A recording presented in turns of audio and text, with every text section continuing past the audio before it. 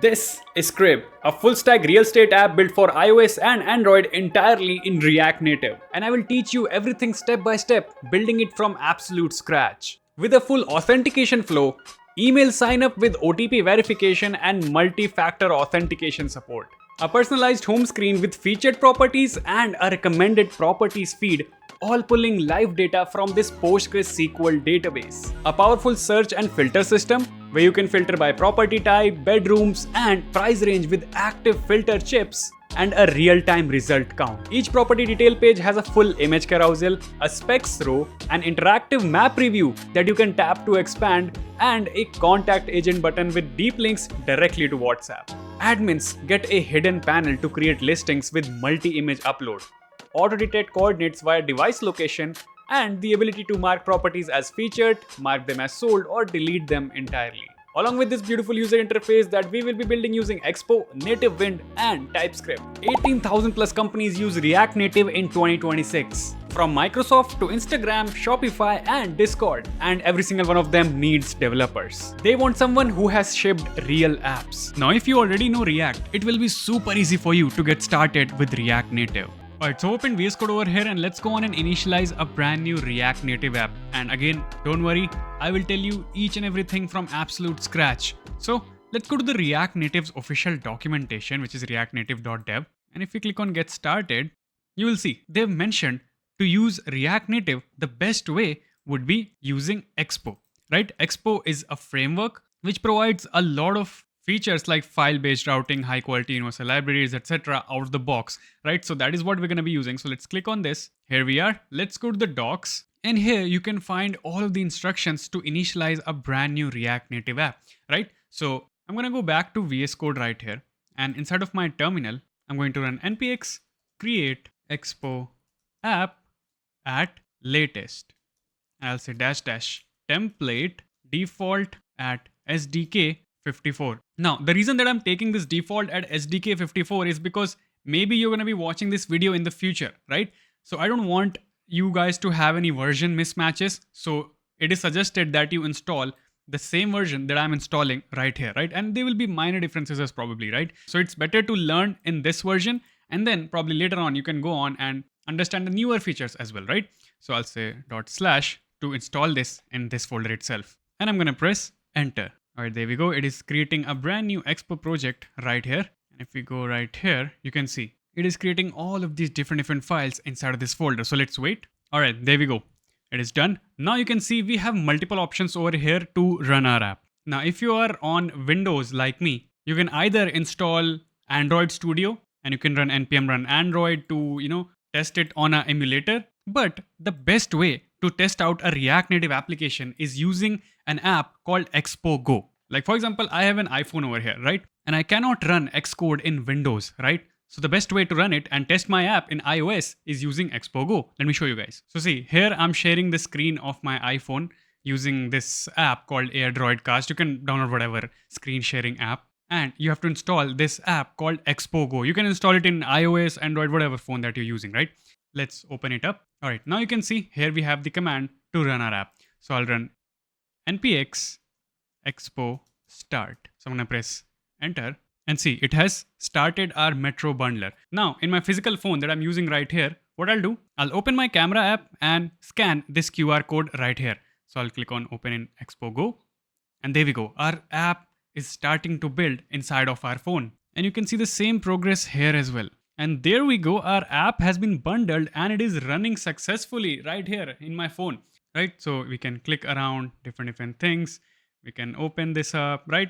We can perform multiple different actions right here. And with this, you have successfully created your very first React Native app. Let's go on and understand what are all these things about. Now, over here, you can see it is showing us different options to open in Android emulator. We can also open it in a website, but generally it is recommended to test it out in phones, right? Now, let's see what or where all this text and all this code exists inside of our code base, right? So right here, you can see we have a bunch of different folders.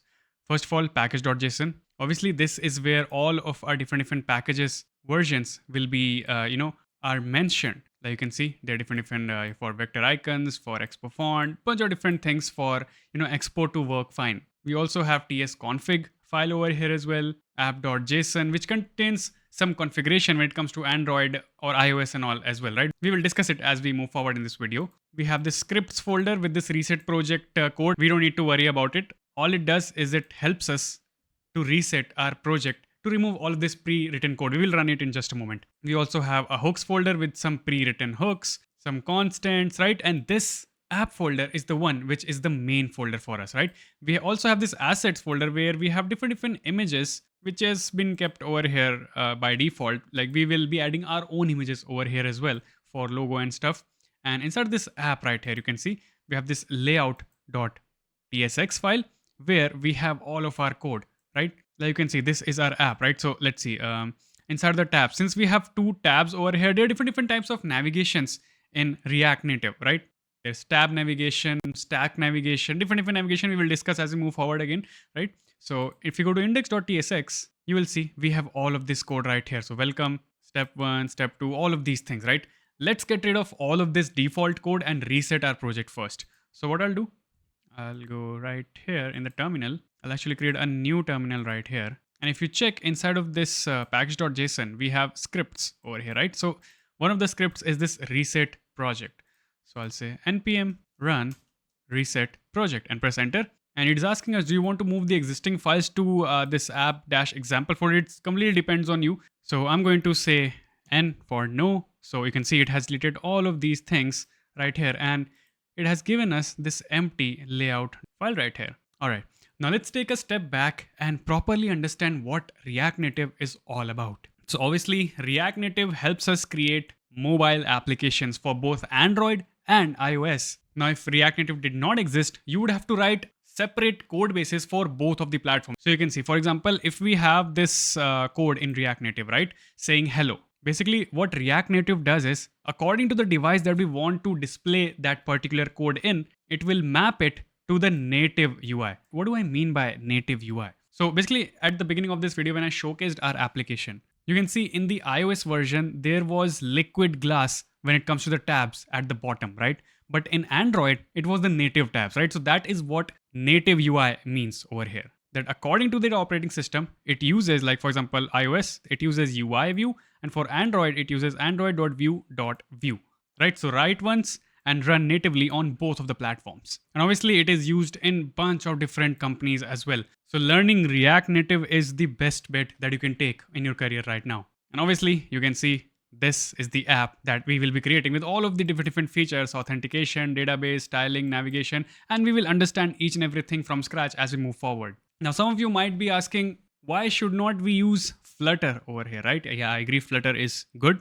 But if you are coming from React background like me, it is much more recommended to learn React Native. Since for Flutter, you will have to learn a new language called Dart. And there are a bunch of different things which React Native does much better than Flutter, right?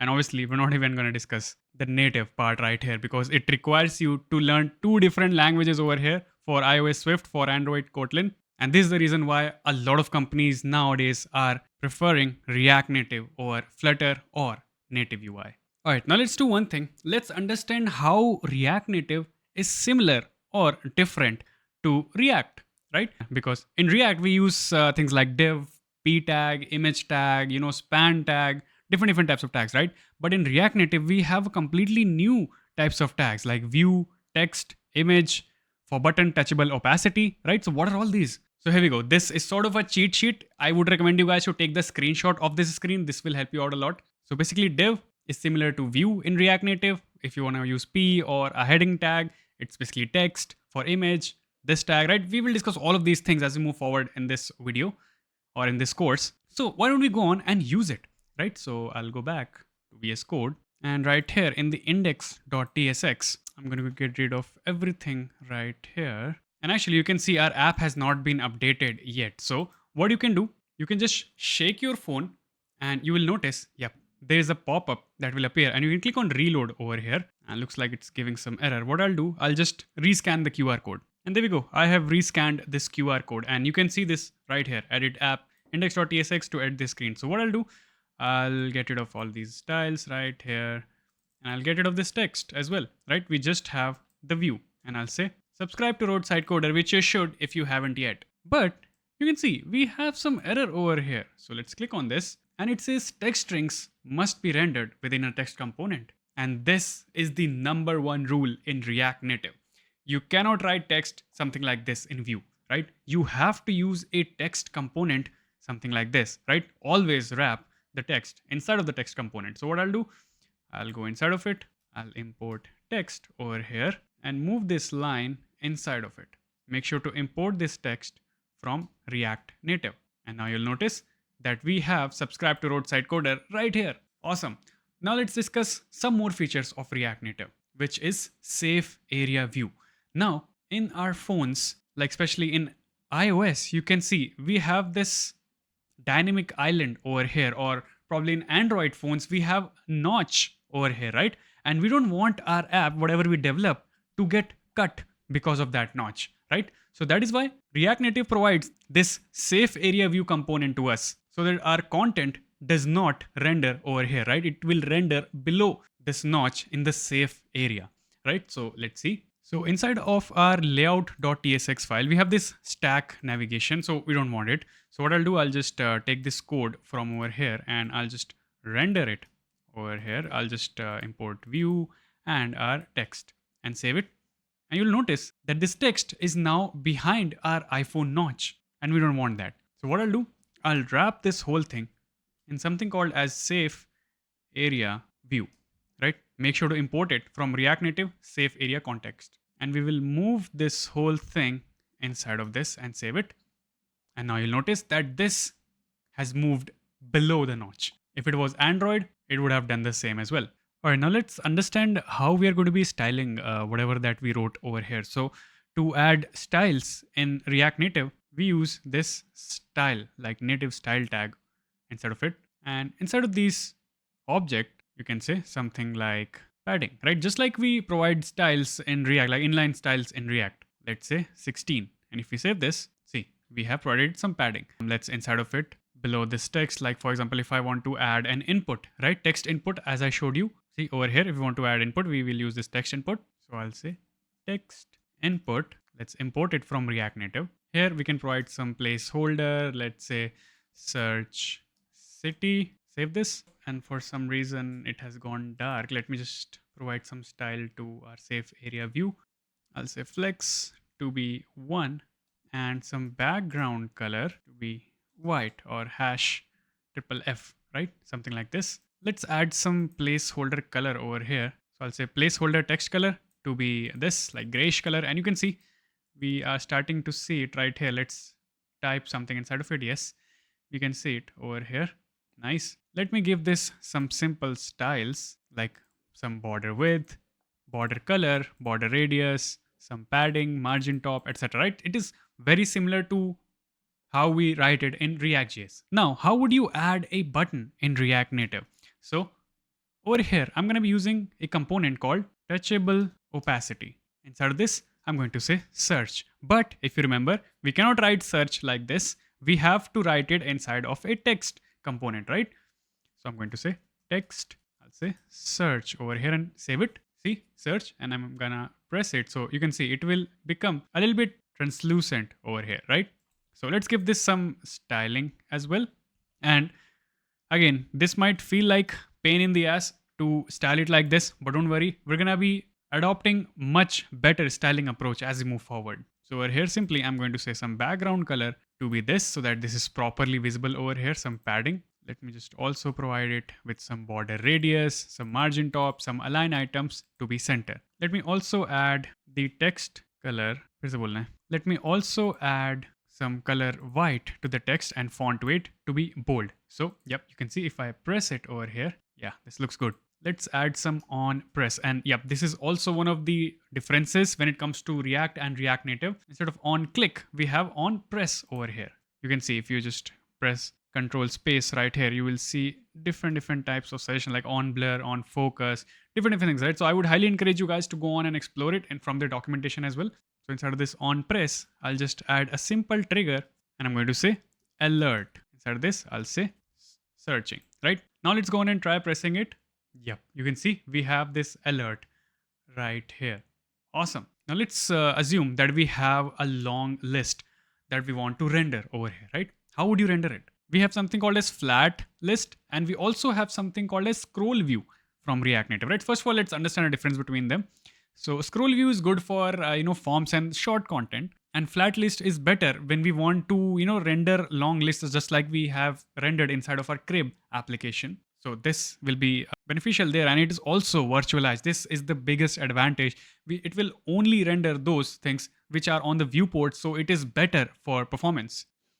Here are some code examples for both of these. Let me just go on and render this flat list and show you how it works. And by the way, basically scroll view uses map, and flat list has this render item. Let me show you. So here we will import flat list from React Native just like this, right? And let's just take a list over here. First of all, let's take this example properties array over here with some ID, title, city, and price. And now I'll go down over here, and I'll first of all provide it with the data that it needs to render. So data equals properties. After this, I'll say key extractor. So it's basically like the key that we have in React while using map, right? So I'll say this will be item.id. After this, if you want to provide it with some styles, so it's going to be content, container style, right? And then we can render it. So I'll say render item. Here I'll take the item, and after this, inside of parentheses, I'm going to be having a view over here. Inside of this, simply I'm going to be rendering the title, city, and the price with some font weight and some color over here. In the view, we can provide it with some styles like some background color, padding, border radius, and margin bottom. And you can see it looks something like this. It's beautiful, right? We can drag it over here. You can see something like this. Awesome. All right, now we need to do something about this styling, right? I'm annoyed. I don't like styling this, something like this. In React, I use Tailwind CSS a lot, right? So what if we could have something like this in React Native as well? And before that, like, I would highly encourage you guys, you can take the screenshot of this cheat sheet that I've prepared for you guys. And by the way, let me know if you want me to provide you with all of these different slides, link of all of these slides as well.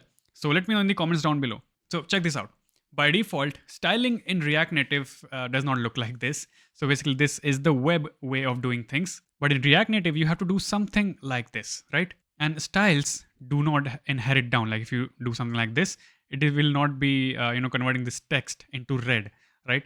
And that is why we want to use something like this, probably which looks something like Tailwind CSS. And we have the solution for this as well, which is Nativewind. So you can see by default we would write styles something like this, but using Nativewind we would write it something like this. So let's go on and set it up. There we go. I've opened nativewind.dev. Let's click on get started. Now I would recommend you guys to click on over here and select v4, because I think v5 right now is in preview or something. So let's click on installation and let's install Nativewind. So I'll copy this command right here. Let's go to our terminal and I'm going to paste it right here and press enter.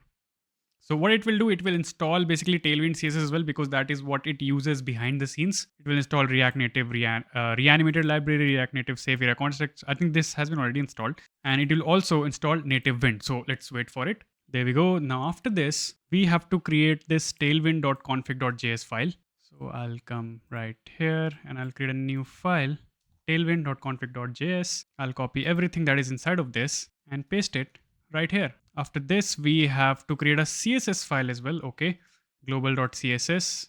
I'll get a new file, global.css, and we will paste all of these three things. So basically this is very similar to setting up Tailwind CSS in web, right? It's pretty similar to that. After that, inside of babel.config.js, we have to add this code. Okay, I guess it does not exist. So I'll create a new file, babel.config.js, and paste it inside of it. Now we have to also modify our metro.config.js, which again does not exist. So I'll create a new file, metro.config.js. And honestly, this is a one-time setup, so you don't need to worry about all of these things much. This is just for Nativewind's internal working, so it works fine with React Native. And yeah, I think that's pretty much it. We need to import our CSS file now inside of our layout file, I guess. So here in the layout.tsx, let's just say import /global.css. Now we can add stylings right here. Like for example, you know what? I'll just get rid of this and I'll add the styles right here. And I'll show you how, it inherits the style from over there as well. So right now you can see it has gone. But if I say class name to be first of all background white, just like we used to write in React, I'll say some padding of 4 over here. Let's save it. Nothing happens. I guess we missed something over here in metro config or yeah, over here in tailwind.config.js. We have to provide the proper path over here. So simply instead of this .app.tsx, I'll provide my app folder over here. So I'll say ./app to asterisk js, jsx, ts, whatever our file that we're going to be working with. So yep, you can see now it is taking these styles right here. Okay, so also I'll just say flex1. This looks nice now. Now, one more thing in our tailwind.config.js, we can add some themes or fonts over here according to us, right? So if you go to my GitHub repository that I've given in the link in the description down below for this course, you'll find inside of my tailwind.config.js, I've added a few colors and font families, which will be helpful for us later in this video. So you can just take this theme object right here and add it just like this to add some primary color, accent color, some card color, etc. Right? Okay. All right. So now we have almost completed our fundamentals. Now let's go on and understand our routing in React Native. So first of all, what I'll do, I'll get rid of all of this code right here in this layout file. We don't want it. So I'll just get rid of it. And simply what I'll say, slot over here. I'll just get rid of all of these things as well. We're going to leave the global.css and we will import slot over here. Now, what the hell is this slot? So slot is basically like children component in React, right? If you hover on it, it will show you renders the currently selected content. So basically, we don't want any sort of navigation over here, neither the stack navigation or the tabs navigation. Let me show you. So basically, there are two types of navigation in React Native. One is a stack navigation where screens are sort of placed on a stack on top of each other, and tabs, something like this, where you can click on different tabs and switch screens, right? But if you don't want any of these navigations, then we use slot over here. So since I've entered slot, we can see the subscribe to roadside code right here in the index.ts. Yep, this has been rendered. Okay, let's just add SafeAreaView right here, and you can see it has again moved down there. Now, how the hell does Expo Router works? So it's actually very similar to Next.js file-based routing. Check this out. In Next.js, we would create a new folder and that would become a new route, like for example, blog. So it will become /blog. And if we want a certain ID, we would place it inside of the square braces, right? And that would act as an ID. Similar to this, in React Native as well, we have file-based routing, right? So it makes our job super easy. Check this out. This is how it looks. So basically, this is how our app's file layout is going to be looking like. We will have this index.ts on the top, right? Where we will check if user is signed in. We will send them to this root right here. Otherwise, we will send them to auth to, log in basically. And you can notice we have this parenthesis right here. This basically is also very similar to Next.js, where we want to group different routes right here, right? And inside of this, we have property route, we have different tabs. So I already showed you, right? We will have different tabs as soon as we, log in inside of our app. And again, we have two types of navigation. One is the stack navigation and the tabs navigation, as I showed you, right? So basically this is going to be a tabs navigation right here, just like this. And inside of tabs, let's say if we have a property page, right? When we click on a property page, it will take us to the property detail page. There we will be using a stack navigation to open the property page, right? You'll understand as we move forward in this video. Cool. Let me show you actually. So here inside of our app, I'm going to be creating a new folder for our routes. Like all of these will be protected routes. Inside of this, I'm going to create a new folder for our tabs navigation. So tabs. And here I'm going to be creating a new file _layout.jsx. Now, how do you add tabs navigation? Now, there are multiple ways to add tabs navigation, and you can see I have opened this Expo Router documentation right here. And if I search tabs right here, we will find this native tabs. So basically, as I explained you earlier, we will render native components according to our operating system, right? Like if we are on iOS, we will render this liquid glass navigation over here, right? And accordingly in the Android as well. So over here, if you scroll down, make sure to select SDK54. This is what we are supposed to use over here. So I'll just copy it up and I'll paste it right here. So notice we have imported this native tabs tag to wrap all of this. Inside this, I'm going to say native tabs dot trigger. That means this is the button. This is the index. That is, this will be the first one that will be rendered, which is our home. We are displaying an icon right here and the name of the drawable resource, as an icon over here. If you want, you can, you remove it as well. So I'm going to get rid of this from here and from over here as well.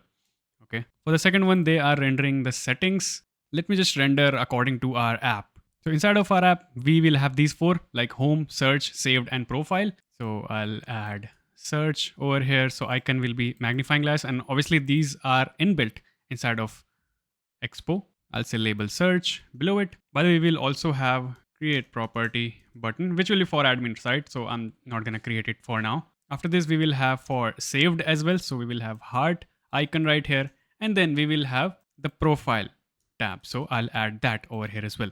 Okay. Now, how do we create the routes for these, right? So right here, inside of these tabs, we have named it something, right? Like index, search, and that is exactly what will be the name of our files. So I'll create new file, index.tsx. Inside of this, I'm going to say rnf, press enter. I'll say home screen, save this, and we need to get to this route, right? So inside of our index.tsx, for now, I'm going to say return, and I'll say redirect to this particular route right here. All right, there we go. We can see our home screen has been rendered. And by the way, I noticed the AirDroid software that I was using to share the screen wasn't working properly. So I switched it to something called as Let's View, just in case if you're interested.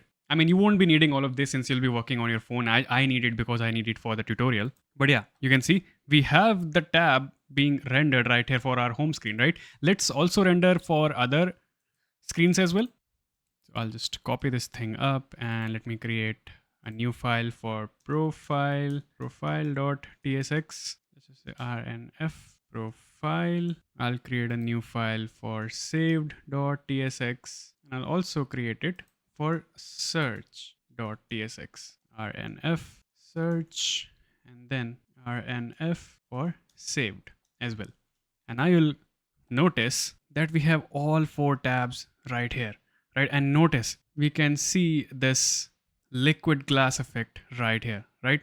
How awesome is this looking? If we go onto a particular screen, you can see on the top right here, we can see it changing just like this. And again, to add the safe area view, let's say for example for index, I can just add this safe area view right here, something like this, with flex to be 1, background gray to be 50. And see, our home screen is being rendered right here. Awesome. And by the way, you might have seen in React, we have different hooks for routing to different pages, right? Or, working with our navigation. Similar to this, we have these hooks in React Native as well. Like for example, use router for pushing it, for going back, for replacing our route, for getting our search params. We have used local search params, link tag, use focus effect. If you go to a certain tab, this will run so that when the tab is again back in focus, we can perform some actions, right? And again, we will cover all of these things as we move forward in this video. All right, now finally, let's go on and start working on our app. And this is a very high level architecture of our app that we're going to be building,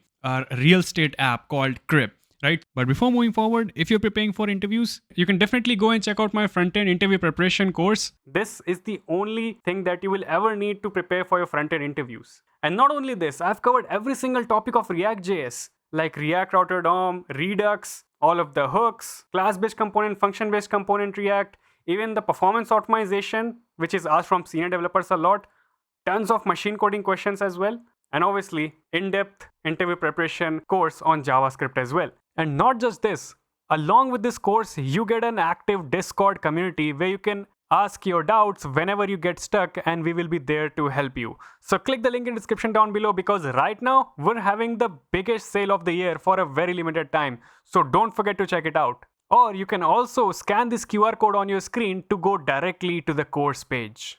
First of all, we will work on authentication, login, sign up and all, right? We will also configure our database, our PostgreSQL database. So we will get the JWT token from our authentication layer. We will have Zustand for managing the state for certain things.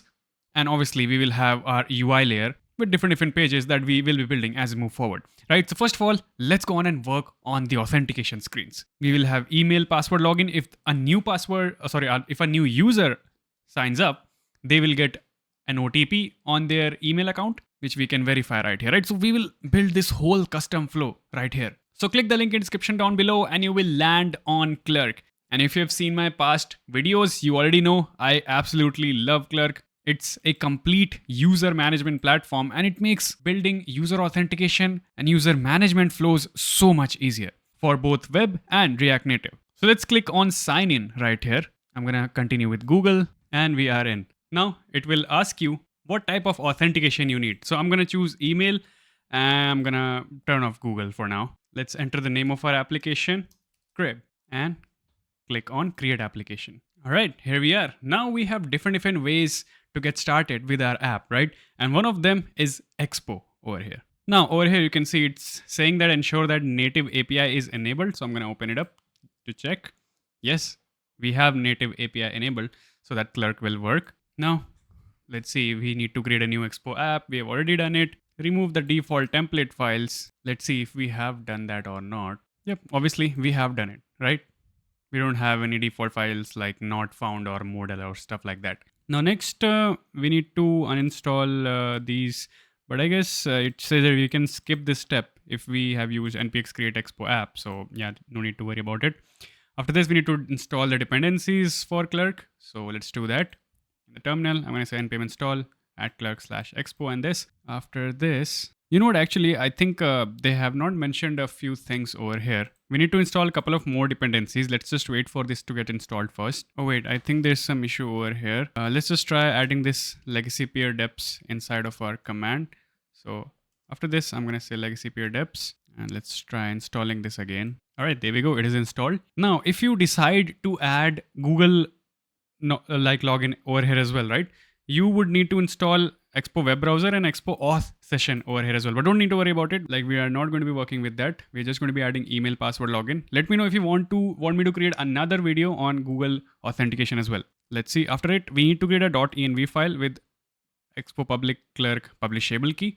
So I'll create a new .env file in the root .env and paste it right here. Something like this. Let's close this up for now. After this, let's see, in our layout file, they're asking us to wrap our whole app with Clerk provider. So let me just copy it up and let me just paste it and I'll show you what this is all about. So in our app layout, actually, this one, let me just shrink it a little bit. So I'll just paste this code right here and let's see what's going on right here. Right. So first of all, we are importing Clerk provider from @clerk/expo, the token cache to check the JWT token. And we are taking our Clerk publishable key right here from our .envs. By the way, I just noticed it, like I forgot to add that import for global.css. So yep, make sure you don't miss it. And I'm going to check if publishable key is not there. Then we're going to throw a new error, add your Clerk publishable key to the .env file. And here we're going to be providing it with our publishable key and our token cache. What is it? I guess we have some issue. Let me just shake my device and reload it.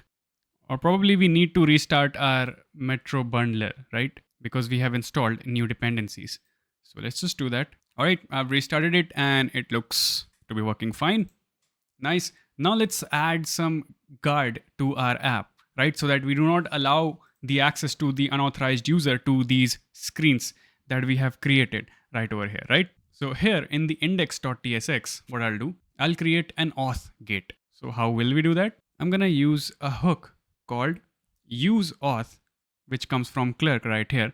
So make sure to import it from @clerk/expo, and it will provide us with a bunch of different things. If you do comma over here, and you can see we have a bunch of different things over here. But what we need is signed in. If user is signed in, and if the user data is loaded or not. So first of all, I'm going to check if is loaded is not true. Then we're going to return null. After this, I'm going to redirect the user based on auth state. So I'm going to remove this, and I'm going to say if is signed in is true, then we're going to return href/root/tabs. Otherwise, we're going to throw them to /signin page, which obviously does not exist yet. And we're going to be creating it in just a moment. So now if you go on and refresh your app by shaking the phone and reload it, I'm pretty sure it will give us some error. Check this out. Unmatched route, because obviously this page does not exist. So why don't we go on and create it? So inside of app right here, we have this root folder. Apart from it, I'm going to be creating an auth folder to keep all of my auth logic. So I'll say auth right here. I'm going to be creating a new layout file. So new file _layout.tsx. RNF, press enter. There we go. Let's call this layout auth layout. Just paste it over here as well. And actually, I think for something like this, Clerk has already given us some code. Yep, there we go. So it is giving us the stack navigation for our sign in and sign up. So I'll explain you. Let me just copy it up and paste it right here. So see what's going on over here. Again, we're gonna be using use auth as a double protection. What if user is already signed in? So if user is not loaded, we're gonna return null. If user is signed in, again we're gonna be redirecting them to the home page, and the index will handle the rest. Otherwise, we're gonna return a stack navigation. Now, let's understand the stack navigation, because right here we're gonna be rendering our sign in and sign up page, right? Because sign in and sign up pages will stack on top of one another. Let's create the sign in page first. So I'm gonna create a new file over here called sign-in.tsx, and this will create a /sign in route now. RNF sign in. Inside of this, I'll just simply provide some styles to view, like flex1, item center, justify center, and background to be white. And for the text, I'll say text Excel and font to be bold. Let's go on and refresh our app. So just shake it and reload it. And yep, we can see sign in right here. Awesome.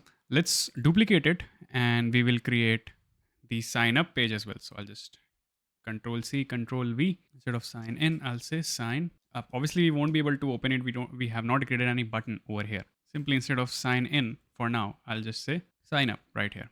Okay, this looks good. Let's actually add some protection over here in this root /tabs here as well. Or actually not in the tabs. In root, we will get a new file called _layout.tsx. So I'm going to say export layout function root layout. Inside this, again, I'm going to be taking all of those things like use auth, redirect, and the slot navigation here as well, right? Just as a safety check. By the way, right after this, once we have added our database, we will add the logic for syncing in the user inside of Supabase, and we will build this later, obviously. So let's close this for now. And let's start building our sign in and sign up screens. All right, now one more thing before we move forward, you can see we have this sign-in on the top right here, right? So what we can do to get rid of this header, we just need to say screen options. And inside of this, I'll say header shown to be false. And notice this is gone now, right? Cool.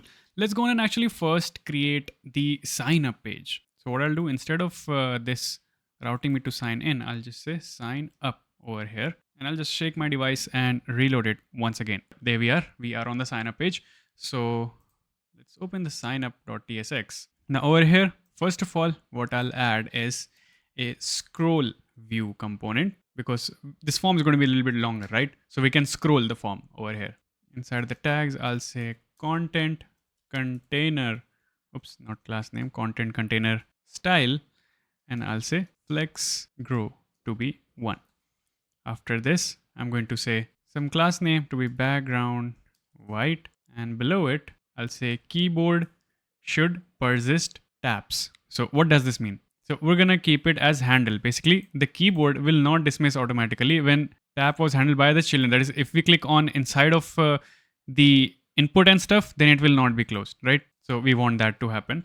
So I'll say handled. Now inside of this scroll view, I'm gonna have another view right here to import it from React Native. I'm gonna give it some styles. So class name to be flex to be 1, so it takes all the space, justify center, some horizontal padding of 6 and some vertical padding of 12, right? And inside of this, first of all, I'm gonna render my logo for the app. So to get all of these images and stuff, I have added all of them right here in the assets/images folder. So we're gonna be needing this crib.png right now.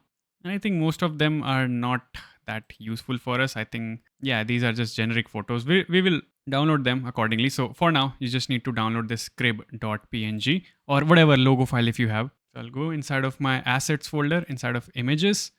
And honestly, we don't really need all of these. So if you want, you can get rid of them.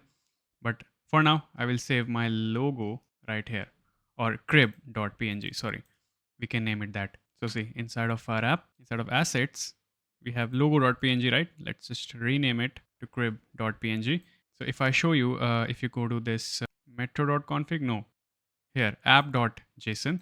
So in this splash icon, you can just provide our crib crib.png right here, and over here as well, crib.png. And let's reload our app. I'm gonna reload, and you will notice, yes, our crib logo is right here as a splash screen. If you want to change the name of this thing, you can change it as well. All right. Now over here, inside of the view, we will put an image, right? So I'm gonna import the image tag as we discussed earlier. This is what is used in React Native. And I'm going to say source, and we will give the exact source. So I'll say require. Let me close this, and I'll go to assets, image, and crib.png. You can see it's a huge image right now.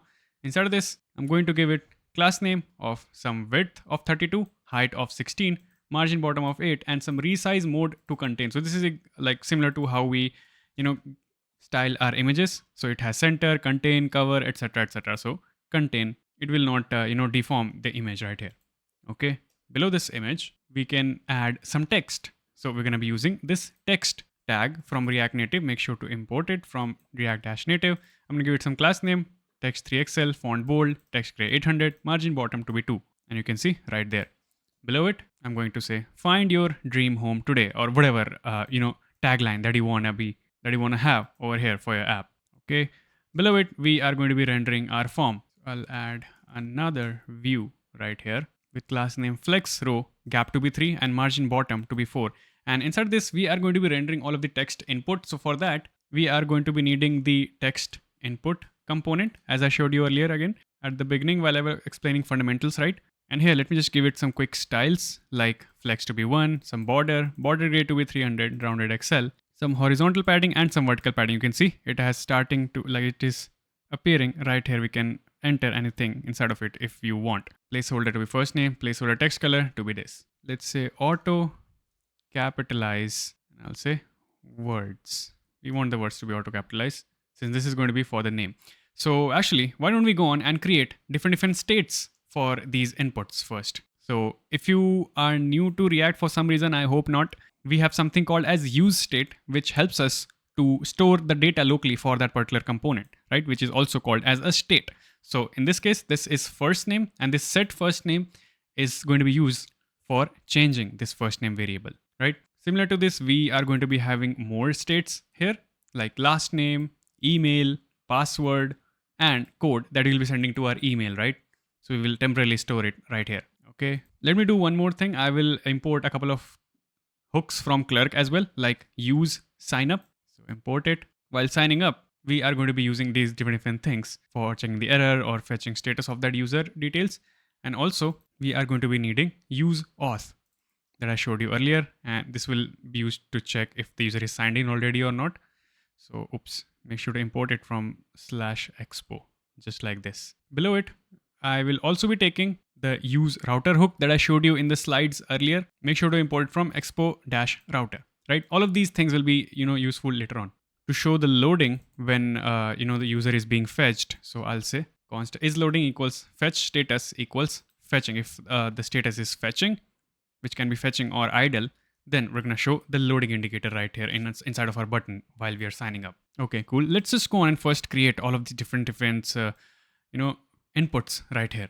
So here, first of all, I'll give it with some value up to be first name. Now notice this value is similar to React, right? When we gave it to the input tags, but here instead of on change, we have on change text, and we are providing set first name, this, state right here to this. Okay, nice. Now below it, let's create it for the last name as well. So I'll say last name so that this appears back to back. That's why we have given, flex row over here. So again, everything is same, just the placeholder last name with the last name state right here. It looks something like this. Looks beautiful. Now below this view, outside of this view, I'm going to be creating a text input for email. So text input, class name width to be full, some border gray 300, rounded XL. We have some rounded corners, some horizontal padding, and margin bottom to be 4. Placeholder is going to be email address. We are providing it some color as well, some grayish color. We're providing the state right here, and keyboard type will be email address. So notice, whenever I click on this, we have this @ symbol over here, right? And this is because we have put this email address keyboard type. If I click on over here, you can see there is no email address, right? So that's the difference between them. And in this case, I'm going to put auto capitalized to none. By the way, you can notice that I've taken this errors right here, right? And this will throw errors while the sign up process is happening, right? So let's say if there's any error in the email, I'm going to say if errors.fields.email-address has anything, then I'm going to be rendering a text component with text at 500, margin bottom to be 4. And I'll say errors.fields.email-address.message. So like for example, if we have put something like this without any @ symbol, we will throw error right here. Okay, cool. Similar to this, we can do for password as well. And notice how, some things are built out of the box from Expo for things like emails and password, right? So notice we have text input with similar class names and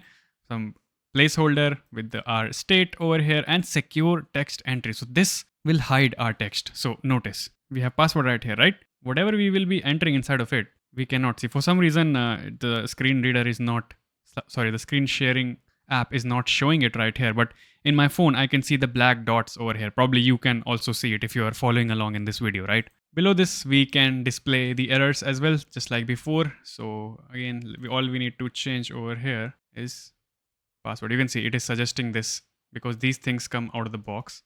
So password.message. All right, cool. And I guess below this we just need to have a button, right? So for that I'm going to be having touchable opacity right here. And this button will be disabled when this loading is going on, right? So I'm going to be saying disabled when is loading is true. So I'll say class name, width to be full, background blue of 600, some vertical padding, rounded Excel, items to be center, and margin bottom to be 4, something like this, right? Inside of this touchable opacity, I'll say if is loading is going on, I'll import this activity indicator from React Native. So basically this is a loading indicator, right?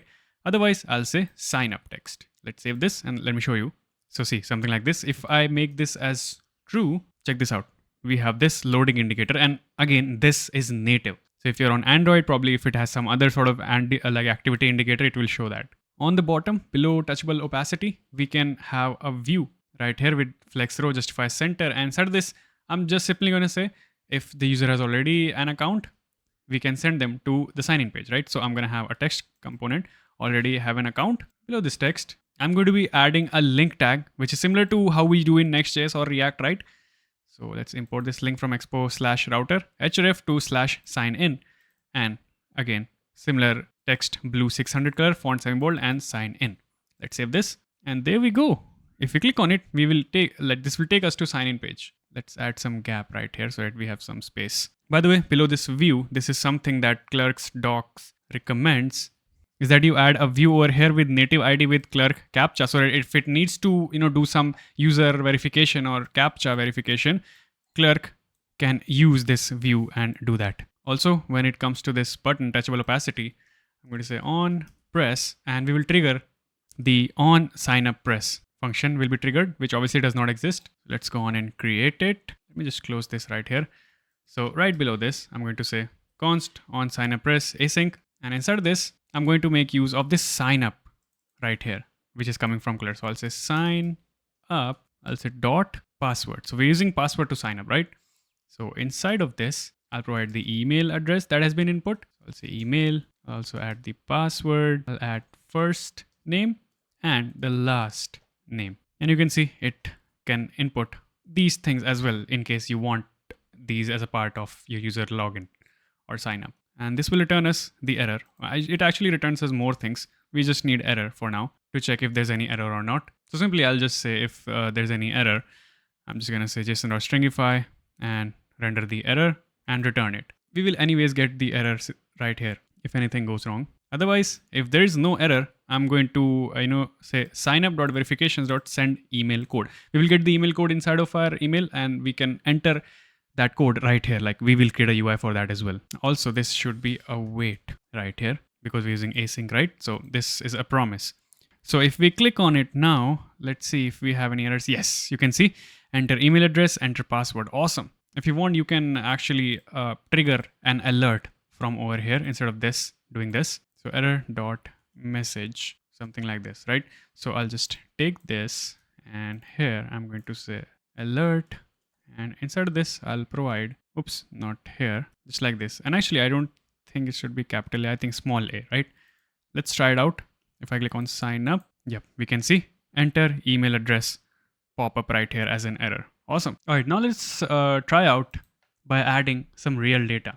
So I'm gonna enter my name and I'm going to be entering my email over here as well. Let's enter some password. I'm going to enter a simple password and click on sign up. And you can see password has been found in online data breach and stuff. So it actually validates the password properly as well, right? So let me just add the actual password now and click on sign up. So looks like nothing happened, but why don't we go on and check on our email now? And check this out. We've got this email right here with our verification code. Awesome. All right. So after we have clicked on sign up, why don't we go on and create the verification flow as well. So what I'll do right here below this, I'm going to check if the signup.status equals missing requirement and signup.unverified fields dot includes email address and missing field.length is equals to 0, right? Then in that case, we are going to be showing our OTP verification screen. So a few things will be common. So what I'll do, I'll just copy this up until this point. Actually, up until this point right here and paste it right here. Let me close this view and I'll close one more view on the top, this one. So instead of create account, I'm going to have verify your account text over here and let's see what's the issue. Okay, so we need to say return right here. Instead of this find your dream home today, I'm going to say we sent an email to this particular email. Okay, below it. Oh, there we go. It is starting to show up. Nice. But this is our first name section, right? So that's why it's showing Piyush over here. Instead of this, I'm going to say enter verification code and keyboard type to be numpad. So see, if I click on it, yep, numpad. Awesome. And let's get rid of this view. Actually, we won't be needing this. Below it, we will render if there's any error in the code. And below it, we can have the touchable opacity, right? So let's just take the touchable opacity that we have already created right here and let's render it right over here. So if it's loading, activity indicator. Otherwise, I'm going to say verify right here. On press, I'm going to say on verify press. Obviously, this does not exist. So let's just create an empty function for now. I'll say const on verify press. Yep, there we go. We can see the button right here, but I made a spelling mistake. It will be VE, verify. And we will also have the ability to request a new code. So below it, I'm going to have another touchable opacity. On press, I'm going to say signup.verifications.send email code again, right? So I'll say I need a new code right here inside of it. If I save it, there we go. I need a new code. Awesome. Now inside of this on verify press, let's go inside of it. And here, I'm simply going to make the call with our code, right? So I'll say signup.verifications.verify email code and provide this code from our state. And below it, I'm going to check if signup.status is equals to complete. Then I'll say await signup.finalize. And inside of this, I'm going to say navigate. So basically this navigate will help us to navigate to a certain screen and add clerks variables in our URL. So I'll say decorate URL.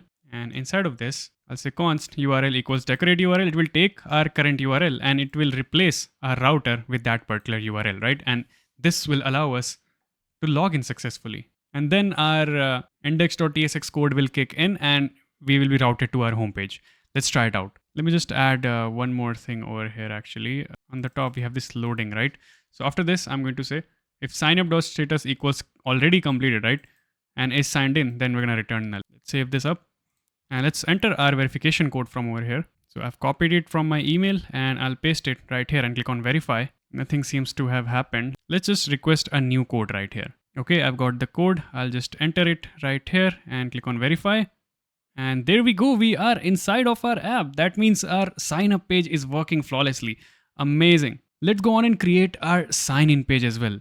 So how do I log out? I guess we will create a temporary logout button here in the profile for now. So what I'll do, let's go to our profile.tsx right here. And I'm going to be taking use auth over here and then take out sign out from inside of it. And I'll simply create a function here for now called handle sign out, an asynchronous function. And it will call await sign out over here. We also need to take the router, right? So I'll just take the router hook as well. So use router and save it. Let's call this function right here. So right below this, I'll create a simple touchable opacity, which will say sign out. Let's just give this, and we will simply trigger this on press. Let me just say safe area view so that it appears below the notch, but we can't see it. And that was because we didn't put it inside of the text right here. So now I have, and we can see the sign out. If I press it, oh, sorry, I need to press it from my mobile, and yes, we are back on the sign in screen. Awesome. Why don't we go on and create our sign in screen now? But before moving forward, let me just check inside of our clerk dashboard if our user is there or not. And yep, it is. Awesome. So you can manage everything right here from the clerk's dashboard. If you go to configure, you can see we have enabled all of these different things right here. By the way, just go to this updates right here and click on this update in front of client trust status. So basically this will enable us to have multi-factor authentication when user logs in from a new device, right? Like for example, if I go on and log in from a new device, it will ask me to enter the code that it has sent to my email, right? So make sure to update it. And if you want to change all of these things, like if you don't want to have an email verification code stuff during a login process, you can disable it from right here, right? I'll enable it just so we don't get low quality email logins. In the password, if you want, you can disable this client trust feature as well, as I mentioned, for multi-factor authentication. You can update the password requirements from over here as well, right? You can reject the compromised password, so I've enabled it for now. If you're in development, probably you can disable it, stuff like this. All right, cool. Let's move forward. And right here, let's build the sign-in page. And it will be very similar to our sign-up page actually. So what I'll do, I'll just copy the whole sign-up page over here and paste it. And we will, add or remove things accordingly. So first of all, let me just call it sign in. Instead of this use sign up, I'll say use sign in over here. Instead of this sign up, we will have sign in. We won't be needing this is signed in right here. We won't be needing first name, last name. We will just have email, password, and code as well in case of multi-factor authentication. We won't be needing these checks over here. And let me just come back to these functions. First of all, let's make the appropriate changes inside of our UI. So until then, I'll just comment this thing out just like this, right? All of this has been commented out. Let's save this. But I think this will, yes, this is throwing us error because we have added this first name, last name fields. Let's get rid of this whole view from over here. Let's go to the sign in page actually. So I'll click on sign in right here. Again, okay, so this will give us error. Let me just fix all of these errors first. Let's start from the beginning. So scroll view is fine. Here we will have the image. Yep, this is fine. Instead of create account and this, we will say welcome back and sign into your account. Other things will remain the same. And this is routing us again and again to the sign up page actually. So let me just fix it in the index.tsx, right? So here, I'll just revert it back to sign in. Okay. Now, apart from this here in the errors, let's first check this text input. Most of the things look fine over here. Yep. But instead of this email address, I'll say identifier here and here as well. Below it, password, this looks fine. For touchable opacity, instead of sign up press, this should be sign in press, which again, still does not exist, but we will fix it. Instead of sign up, we will say sign in. Let me just comment it out for now. And instead of already have an account, we will say don't have an account, then we will send them to sign up page, right? So let's save it and you will see this change. Yep, something like this. Great. So we have made the structural change right here. Let's create this on sign in press first. So I'll go to the top right here and I'll just uncomment this function for on sign up press and I'll say on sign in press. And let's see what changes we have to make. Sign up over here, I'll say sign in dot password and we'll get rid of first name and the last name field. Okay. After this, if there's any error, we're going to show the error like alert and return it. That's fine. But before this happens, I'll just comment it out. I'll check if signin.status is equals to complete. Then we're going to perform that previous navigate thing, right? Navigation. So where was it? Here, right? So let me just copy it actually from the sign up page itself. So this thing, I'll just copy it up and paste it right here. I'll actually check if there's the session is already added here or not. So I'll say if session is there, also this should be sign in. So I'll check first of all, if session.currentTask is there, then I'll console log and return it. Won't do anything. Okay. Apart from this complete, I'm going to check else if signin.status needs second factor, which in our case, it won't, but I'm just showing you in case you have a phone added right here, we can send the code inside of your phone as well. Otherwise, the update that we enabled needs client trust, right? So I'll say else if sign.status is need client trust. That is, if you are logging in from a new device and you need to verify it again, then here I'm going to say sign in dot supported second factors dot find. and we need to find the email code, right? So I'll take the factor over here and I'll say factor dot strategy dot, factor of strategy equals to email code. We will store it inside of a variable email code factor. And after this, if we have found it, then I'm going to say signin.mfa.send email code. Else, and let me just get rid of this. Else, sorry, not here, right here. Else console error, and we will just say sign in attempt not complete. If you want, you can also show an alert over here as well. But this is more for developers, so we will not show the alert here, right? Okay, cool. Let's work on verify press as well. Actually, before that, we need to work on the multi-factor authentication. So in our case, I don't think it will give us the MFA error because we have already logged in inside of this device, right? So basically, if you want to check it, we have to do something like this. Let me just uncomment this out. So this whole thing up until here, I'm going to say, instead of these checks, I'm going to say if signin.status equals needs client trust, then simply it will be the same view that we have rendered earlier with image, text, verify your account. We sent a code to email. After this, we have a text input for code. That's fine. For error, on touchable opacity, we have on verify press, right? So yeah, let me just uncomment this out on verify press. We will come back to this. Let me just check the other code over here. This is fine. Otherwise, if you want to send it again, I'll say sign in dot verifications. I think it's MFA, multi-factor authentication dot send email code. Yep, this is fine. When we click on, I need a new code. Okay, let's go to on verify press now. And this will actually work exactly the same, just with the way it was working in the sign up page. So here, instead of that, I'll say signin.mfa.verify email code will provide that if it is complete. So instead of that, I'll have sign in over here. In the finalize, I'll just add the navigator from right here. So navigate this whole thing, paste it right here, right? This is like, I'm moving a little bit fast over here because we have already understood all of these things in this sign up page, right? It's kind of the same. And yeah, I think that's pretty much it. Let's go on and sign up over here. So I'll just enter my email address, then I'll enter my password and I'll click on sign in right here. Let's see if it works. Yes, it does. Awesome. We can see we are on like inside of our root folder now. Great. All right. So now that we are done with our login, sign up and all of this basic stuff, I want to discuss something very important with you guys. And that is maintaining the quality of your code. Now, most of you, since you're watching this React Native course, would be beginners in React Native, right? And it is very important to write a good quality code, whether you're working in a company or let's say if you are doing a freelance project, right? And one of the way that you can do this is by getting the feedback on your code, right? You should have a senior developer or someone senior around you to give you feedback or do some code reviews for you. And let me show you what I personally use to do such a code reviews whenever I try to build something. So click the link in the description down below and you will land on CodeRabbit. And you can see cut code review time and bugs in half instantly. So basically CodeRabbit helps us to review our code and tells us potential bugs or if there are any bad practices that we have added inside of our code, right? And I absolutely love using it. It's super easy to get started.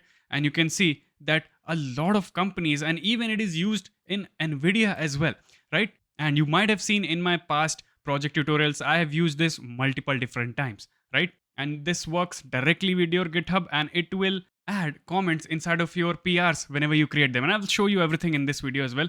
Let me first show you the CodeRabbit extension. So first of all, what I want you to do, click on try it for free. And yes, it is absolutely free to get started. Let's log in with my GitHub. There we go. I am in. Now it might ask you to add some repositories over here.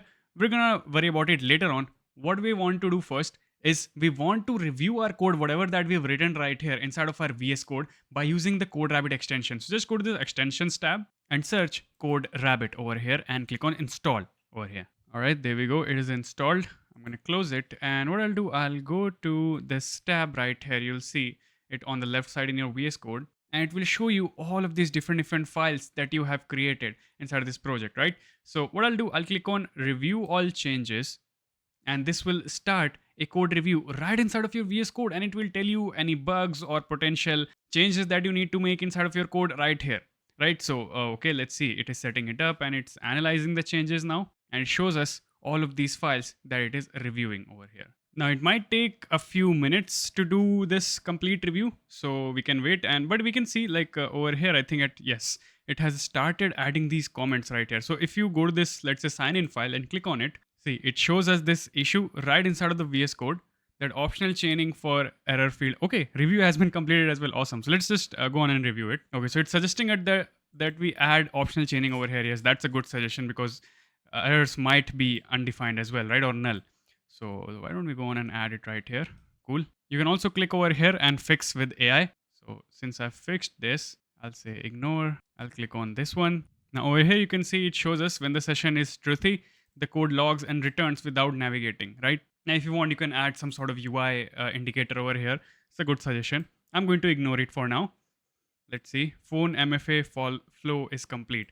Okay, so it shows us that if the need second factor is there, I've added send phone code. And yes, this is a very good comment right here because we have not added any phone multi-factor authentication, right? So we can add it according to this. Okay.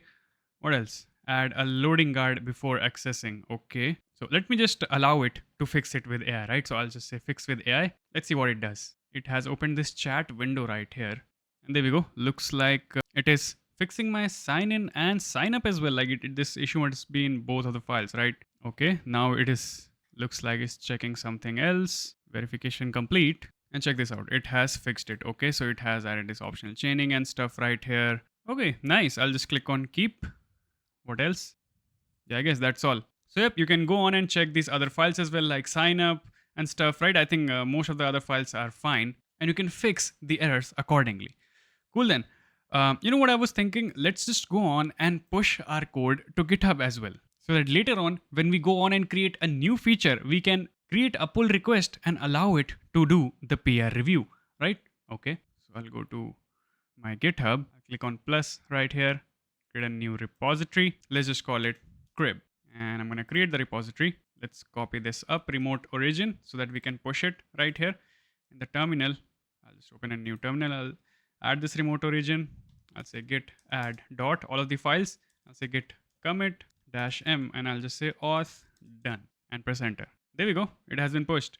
See, it gives us this prompt over here every time we push it that you have just committed this. Would you like to start reviews? We have already done it. So I'm just going to say no for now. Let's check inside of our git repo. Oh, we have not pushed it. So I'll say git push origin master, press enter. Now we can check and refresh this. And there we go. It is right here. Now what we can do in the code rabbit, I can click on add repositories and let's select only selected repositories. Let me select crib over here. This one, install and authorize. There we go. It is added right here. Now every time we push anything inside of it, it will start the review and it will comment inside of our PRs, right? And we'll come back to this as soon as we are done with creating our next feature. By the way, guys, apart from the extension, you can also use CodeRabbit's CLI, which is much more easier. So you can just go to this link, CodeRabbit AI/CLI, and you can just copy this right here. So I open a new terminal and I'll paste it right here. There we go. It is installing CodeRabbit CLI. All right, it is installed. Let's reload our shell configurations. And now I'm going to say CodeRabbit auth login. And this will take us to our browser where you can authorize CodeRabbit. And there we go. Authentication successful. Awesome. We are logged in. Now let's just open a new terminal. And here I'll enter CodeRabbit --interactive. And you'll notice that it will open this interactive UI over here inside of CLI. Now you can click on T to show the file tree right here, right? And if you want to, review a certain file, you can do that as well. You can press escape to go back. Now over here, you can just press enter and CodeRabbit's AI will start doing code review for you. Similar to what we have done using extension, but this is much more easier, I would say. And check this out. It has completed the review. We can go to a certain file and see the exact issues with that file, right? So this is super cool, but since most of the issues we've already fixed, so we don't need to worry about it, right? Let's move forward. All right, now let's go on and set up our database. And for that, we will be using a PostgreSQL database, Supabase, right? And Supabase makes developing backend for your application super easy. You can see they provide us Postgres database, authentication, APIs, edge function, real-time subscriptions, and so much more, along with the storage that we will be using in this video as well. And you may have already seen I have used Supabase in so many of my past project tutorials as well on this channel, right? Awesome. So let me show you how we can set it up. I'll just click on start your project. And now in your case, maybe it will ask you to create a new organization. I've already created this organization. And after that, just click on create a new project and you will come to this page right here. Let's name our app. I'm going to name it crib, a database password. Let me just generate it and we can copy it and store it somewhere. You can store it wherever you like so that later on we can use it. Region, I'm going to choose South Asia since I'm closest to this region. And then on the bottom, I'm going to click on create new project. And there we go. If I click on connect now and scroll down, you will see that this will give us, okay, so we have selected currently Next.js over here. What we want to do is we want to select Expo React Native. And here it tells us that we need to install this package right here. Okay, I'm gonna copy it up. I'll go to my terminal and paste it right here.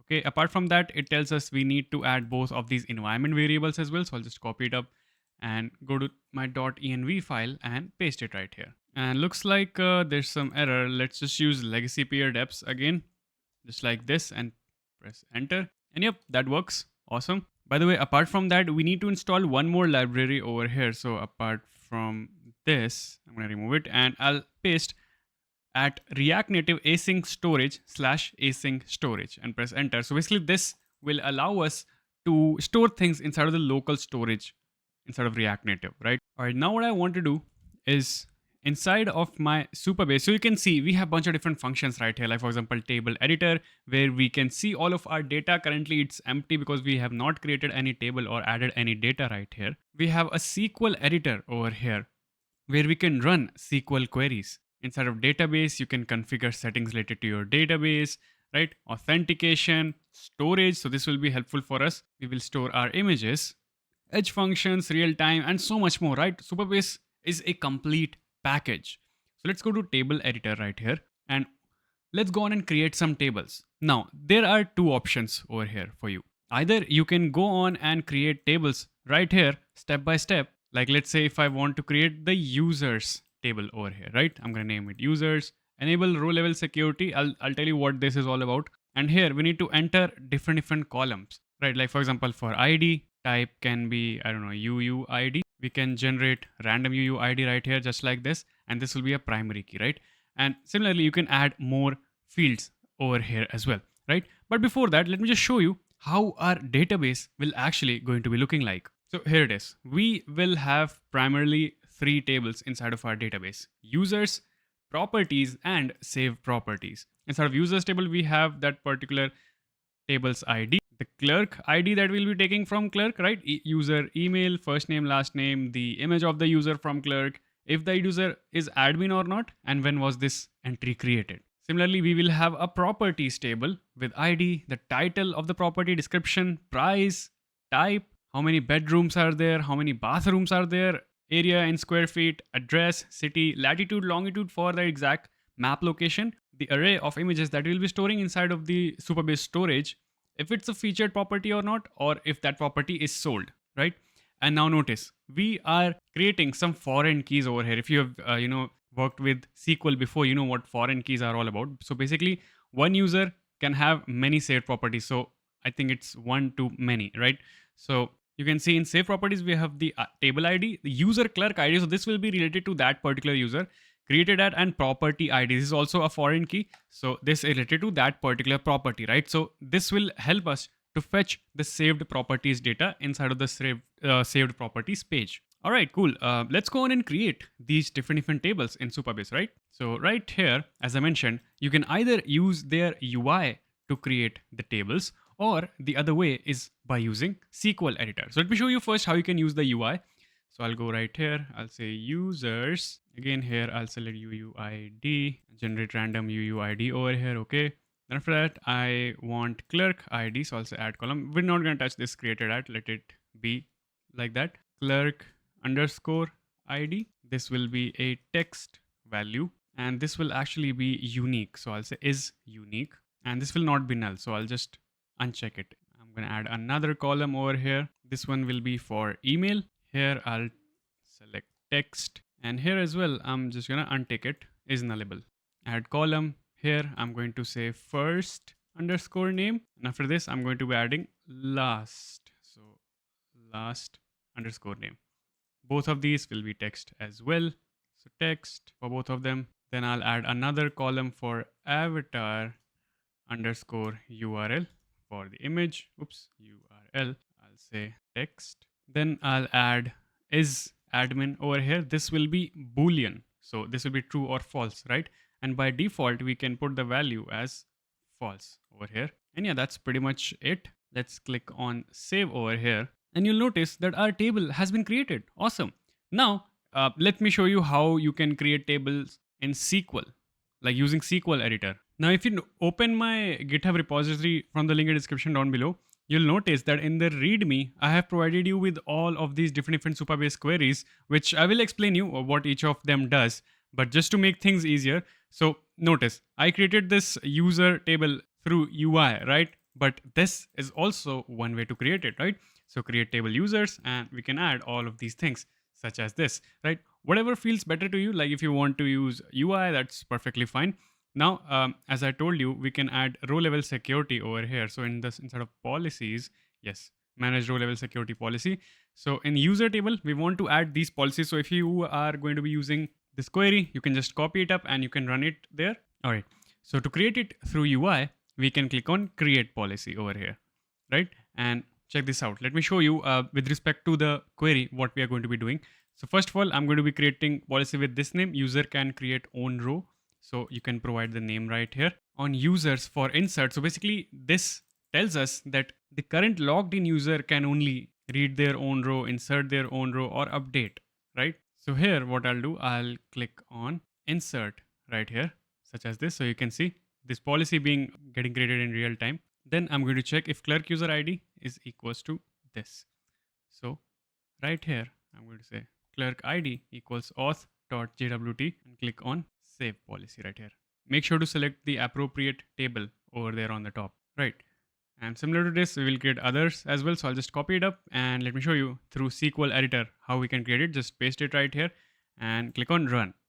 And you'll notice it says that this already exists. So I'll just get rid of it and click on run again. And yep, there we go. Looks like it is done. Let me just go to database again, go to policies. There we go. You can see I've added this insert one, right?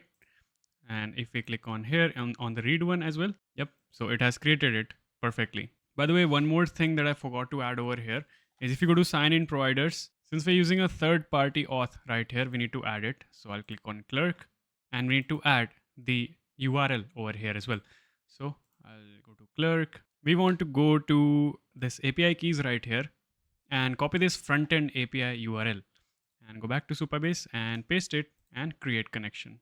There we go. Let's go on and create more tables right here. So I'll go to table editor and let me show you. Next, we are going to be creating the properties table. So let me copy it up and I'll show you what this is all about. If you want, again, you can use the UI as well. So in the SQL editor, I'll paste it and see here in properties, just like I showed you here in the diagram for the properties, we're taking all of these different fields. Like first of all, ID, default, just like previously, title, text, not null, description can be nullable, price, not null, type, text, and this can be either of these four things right here. Bedrooms can be integer, right? That is number. By default, it will be 1. Same for bedrooms as well. And area square feet will also be a number. Address, city, latitude, longitude will be float. That means it will be in decimal. The array of images, right? So I'll say text and the array of it. By default, it will be empty. Is featured, again, Boolean, by default false. Is sold, Boolean, by default false, right? Awesome. Let's run this and I'll click on run and enable RLS. Okay, there's that. Let's add the row level security to it as well. So I'll just copy this over here and in a new tab, I'll just paste it and I'll say, first of all, alter table properties, enable row level security. After this, all you want to do over here, that properties are publicly readable, right? So on properties, select using true, right? We don't have any condition over here. Let's run the selected. Oh, what's wrong? It says syntax error. How about I remove this and run this again? Okay, there's some issue. So why don't we just go on and manually create it over here? So I'll go to policies. Let's see. Yes, it's not created. So I'll click on create policy. I'll say select, and so we don't need to do anything over here, and we just can say true right here and click on save policy. There we go. There's that. Let's get back to our SQL editor. Let's create the saved properties table as well. So I'll get this from over here as well. Actually, I'll just copy the whole thing. So first of all, I'll explain you and then I'll run it. So basically here we are saying create table, save properties, and taking all of the different properties that we already discussed in this diagram right here, right? ID, user clerk ID. This will be a foreign key. So I'll say references, users table, and this clerk ID, right? This is very important. On delete cascade. So basically what I'm saying is when user gets deleted, all the saved properties related to the user will also get deleted. So you can see in the UI as well, you will get the option to add the foreign key right here. Property ID, again, a foreign key similar to that, created at, and we're saying user, clerk ID, and property ID will be unique, right? So that this will prevent the duplicate save. This basically we are creating an index right here. And after that, we will alter the saved properties table to enable row level security. And I'm going to say users can read their own saved properties. So again, we are going to be taking the user clerk ID over here and checking if they are logged in or not. So this one is for select, for insert, and for delete. All right, it is done. Let's go and check inside of our table editor. We should see all 3 tables created over here. Awesome. All right, now next, let's go on and enable the storage inside of our database. So here in the storage, let's see, I'll click on new bucket. This will be a public bucket. Bucket name is going to be property images. Create. It tells us failed to create bucket for some reason. I don't know why. Let's go on and create it using SQL editor. So copy this query right here. And let's click on plus here and paste it. So basically what I'm saying, insert into storage.buckets, ID, name, and public. So ID will be this, name will be this, and this will be a public, right? And we're going to create a new policy over here that anyone can read the property images. Yes, on storage.objects. And I'm going to say bucket ID should be equals to this. So we're going to get all the images right here. So let's run this. There we go. It says success. Let's go on and check. Yep, there we go. We have created it successfully. Awesome. Now what I want to do, I want to add some admin row level policies over here when the user that is logged in has this is admin to be true, right? So again, I'll go to my SQL editor and I'll take this query right here. I'll click on plus icon. Again, you can use UI to do this as well, but let me show you what I'm going to do. So I'm saying create policy, admin can insert properties, and I'm saying on properties table, we are going to be adding an insert policy where we will check, like we'll get all the users, all the admin users, where clerk ID is the logged in user ID and admin is going to be true, right? Same, admin can update properties, similar condition, same for delete as well.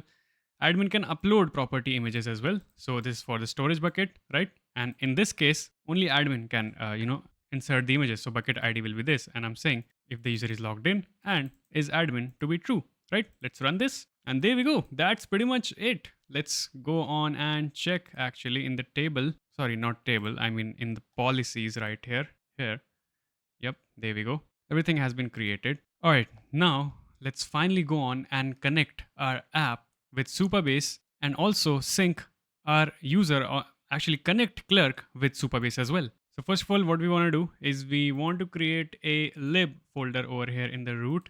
So I'll say lib like this, and I'm going to create a new file called supabase.ts. Inside this, I'm going to say export const supabase equals create client, and make sure to import it from @supabase/supabase-js. And this will take both of the environment variables that we have added in .env. So basically expo public supabase URL and expo public supabase key, right? And inside this, I'm going to paste both of them just like this. Okay, below it, now we want to add the clerk authenticated client. So I'll say export function, create clerk supabase client, and this will have get token as a prop. So this will help us, for writing something inside of our database, right? Every query will go through this, like saving property, create listing, deleting, whatever, right? So that this attaches the clerk JWT. So Supabase row level security can verify the user. You might have seen we were verifying the JWT token, right? So this will be a promise type. I'll take the string over here, or this can be null. Inside of this, I'm going to say return create client, and inside this, I'll provide both of these two things. So basically, this will be used whenever we want to make the public call. This one will be for all of the authenticated calls, right? This, and the third thing that we'll be taking over here is the token from clerk. So I'll say async access token, and inside this I'll say return get token, just like this. I'll show you how all of these things will work. Now, after this, what do you want to do? You want to like sync our signed in user and store their details inside of Supabase, right? So over here, I'm going to be creating a hooks folder. I'm going to be creating a custom hook. So I'll say hooks. Inside of this, I'll create a new file called use user sync.tsx or ts, whatever you want to call it. So inside of this custom hook is basically we will be writing a script for syncing our user as soon as they are logged in, or checking the previous user's data as well. So over here I'll say const use user, make sure to import from @clerk/expo. I'll take the user right here. By the way, I actually forgot, we need to also create the state for the user, right? So that it is accessible throughout our app. And for that, we will be creating a Zustand store, right? If you remember, I showed it to you in the high-level app architecture diagram, right? So let's go on and set up that first, actually. So I'll just go on over here and I'll say npm install Zustand and press enter. So this will install Zustand, and Zustand is like very simple, even if you compare it to Redux. I'll show you in just a moment. Okay, so it did not work as expected. Let me just add legacy peer deps over here, space legacy peer deps. And meanwhile that's happening, I'm going to be creating a new folder right here called store. So basically Zustand will create one single state for us where we can go on and fetch the data as needed, right? Like for example, if I want to create a user store over here, I'm going to create a new file, user store.ts. Here I'll say export const use user store equals create, and make sure to import create from Zustand. So I'll say import from Zustand, import create, right? Inside of this, actually, first of all, you will give it some type, right? So over here, I'll say interface user store equals, sorry, not equals. Inside of this, I'll say is admin. So this will be of type Boolean, and below it, the ability to set is admin. So set is admin. I'll take the value, which can be Boolean, and it will not return us anything, so void. So I'll take this user store and paste it right here. And here I'm going to say set, and we will set it with respect to whatever that will get over here. By default is admin will be false, and I'll say set is admin, will whatever value that will get, we will set it to this is admin variable, right? Okay, let's go back to use user sync, and right here I'm going to get this set is admin method that we have created from use user store. So let's import it. Below it, I'll also be needing one more hook that we'll be creating called use Supabase. So what is it? So we created this supabase.ts over here, right? Which takes this get token function. But where does this come from? So I'm going to be creating a new file called use supabase.ts. And here I'll say export function use Supabase. Inside of this, I'll get the clerk's token. So I'll say from use auth, which will be imported from @clerk/expo, I'll get this get token function. And simply below it, I'll import this create clerk Supabase client, just like this from the file that we have created. I'll also use memo right here to optimize it. And then I'll provide it with this get token function so that it can be used over there, right? And below it, finally, we can return our client, and this will finally be used to, make the authenticated queries to our database. So let's go back to that other hook. Sorry, I need to create it inside of hook. So move it over there. Yes, let's fix this as well. So I'll just import it again, just like this. Okay, let's go back to our use user sync. And right here, I'm going to be taking this hook as well that we have created, this use Supabase and this auth Supabase client from inside of it. Import it. Now, after it, first of all, I'll check if we are not logged in using clerk. So if user is not there, so inside of a use effect hook, let's import use effect. And I'll say if user is not there, then return it, right? Otherwise, we're going to call a sync user function over here, right?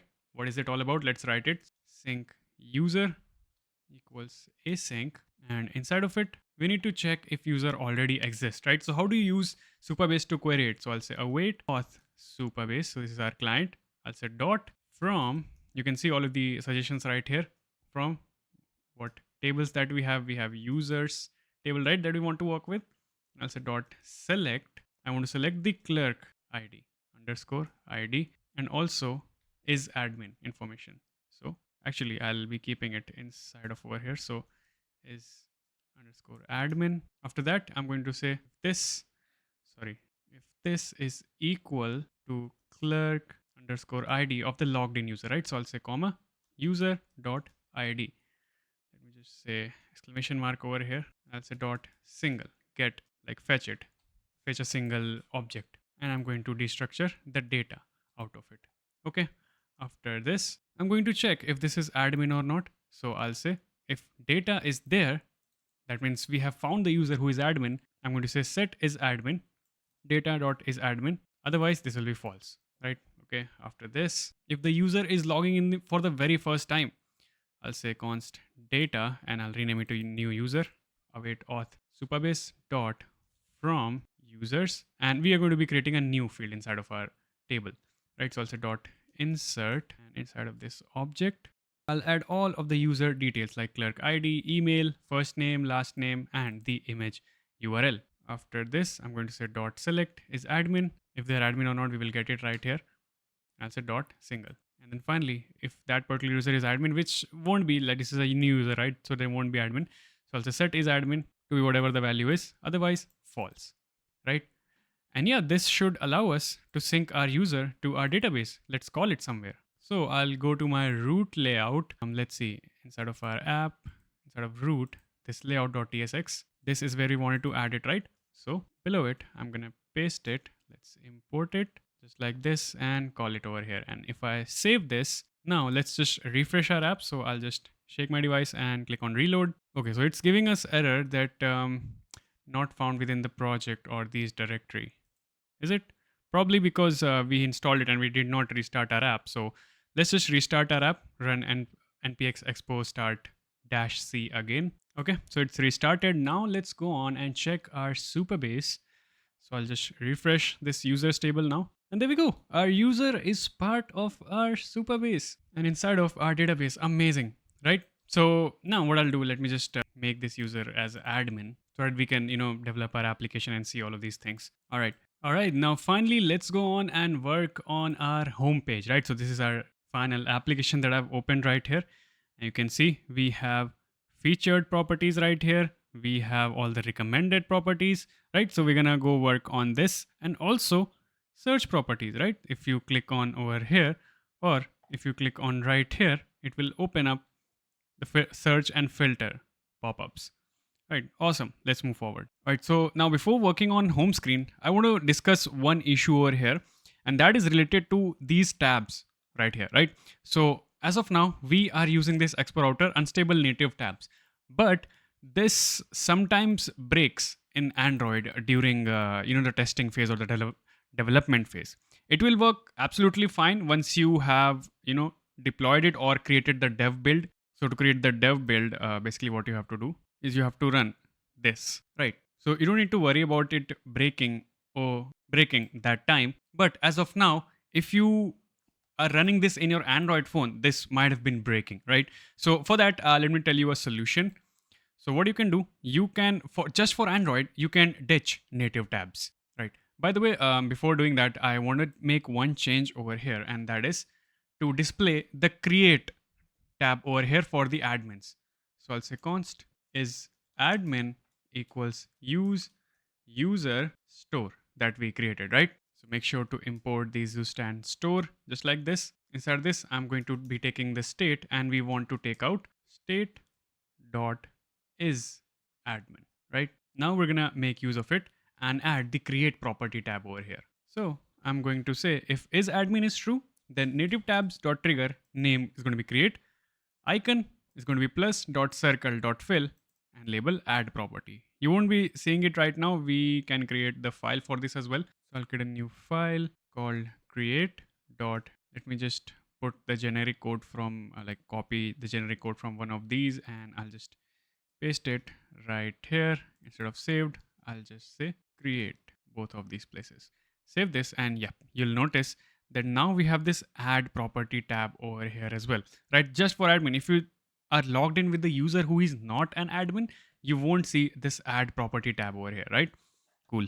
Now, how do we make it in Android during our development build? So what I'll do, I'll just copy it up and duplicate it right here. Let's call this one iOS tabs, and the other one I'm gonna call Android tabs, right? We won't export these as of now. I'll just remove both of them from over here.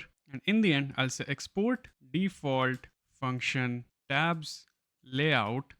And inside of this component, I'm going to say return, and I'm going to check which platform is user on. So I'll say platform, make sure to import from React Native, and I'll say .os. Now I'm going to check if it's Android or iOS. You can see it gives us more options right here because you can use React Native to create Mac and Windows apps as well. So I'm going to say iOS. If that is the case, I'm going to display iOS tabs. Otherwise, I'm going to display Android tabs over here. Oops, I spelled it wrong. Yep, that's fine. Now it should be working fine. Yep, just like that. Cool. But you know what? For now, I'll just only return the Android tabs. So I'll just return Android tabs for now, and I'll just comment out this line so that we can see what we are building, right? So here in the Android tabs, I'm going to be, instead of native tabs, use a simple tabs component over here. So I'll just say tabs, just like this, and import it from Expo Router. For the screen options, I'll say header shown to be false. And here, instead of this native triggers and all, let me just remove all of these from right here. And you can start to see that these look a bit weird. But yeah, let me show you. I'll just remove this one as well. And instead of this, what we have to say, tabs dot screen right here. It will be a self-closing tag. And inside of this, first of all, I'll provide it the name. So this will be index for our homepage, and it will take options right here. Inside this, I'll say title is going to be home, and then we can provide an icon over here. So I'll say tab bar icon, and here it will take a component. So I'll say icon, and the size inside of it, we will return some icon. So I'll say icons. So this is pre-installed and will be imported from @expo/vector-icons, self-closing tag, and the name will be home, color will be color, and size, I'll provide some size right here. So it will actually be color, not icon over here. Save this. We should see, let me just shake my phone and reload it. There we go. We are starting to see the home right here. Okay, cool. Now all we have to do is we have to duplicate it and create different screens. So I'll just duplicate it. This one will be for the search, title, search, and name over here will be search as well. Save it, and you can see the search now. After this, we are going to be displaying the create tab. So over here, name is going to be create, options, title will be add, and we will only show it if the user is admin, right? If the user is admin, the href is undefined, otherwise null, right? And the tab bar icon with add circle right here. After this, I'm going to be creating the remaining tabs, which is going to be first for the saved and then for the profile. Let's save it. And there we go. We can see all of these different tabs right here. If you click on it, awesome. So this is working perfectly fine. And this is how we can, test it out in Android while in the development phase. So let's just revert this. I'm going to uncomment it. Let's import this platform over here from React Native and just save it. And you will see our native tabs are back since we are on iOS. But in Android, you will see these types of tabs. Great. So yep, we are done with the tabs stuff. Now let's go on and start working on our homepage. Right. Now, for our homepage, we want to display some properties over here, right? Now, either we have two options. We can go on first and create this add property tab over here, right? And I don't want to, involve you guys in much complexity at this part of this tutorial, right? We can pick this feature up later on. I want to first, build up things slowly, and then we can go on and build this. So what we can do for now is we can add some fake data inside of our database, right? Then later on, we can actually go on and work on this add property, right? Okay. So what I'll do, I'll go back to Supabase right here, and you can see our properties table is empty. I'll go to my SQL editor. Let's go on and add. Now you can also manually add it from that table right there, but don't you worry about this, guys. I have provided you guys with this pre-made script right here for seeding these values. I mean, anyways, this doesn't matter much, but this is a very simple command over here because later on, anyways, we are going to be creating add properties manually. So just do this. Paste it right here. See, what I'm saying is insert into properties all of these different things, right? And I'm going to provide the values over here. What are the values? These values. So I'll just copy it. So we have different types of properties over here. If you notice, let me show you. So I'll just paste it. Let me just show you this first. Is featured is the last one. So a few properties are featured. I have added few array of images, and actually I just generated this data from ChatGPT, right? So there's not much going on, just simple title, some description, some price of the house, some specs over here, something like this, right? So very simple data. If we run this, you'll notice that our database will be populated now. So if I go to table editor in the properties, there we go. All of this data is right here. Awesome. Now we are completely ready to build our homepage. All right. So first of all, what I want to do, I'm going to be taking a flat list over here.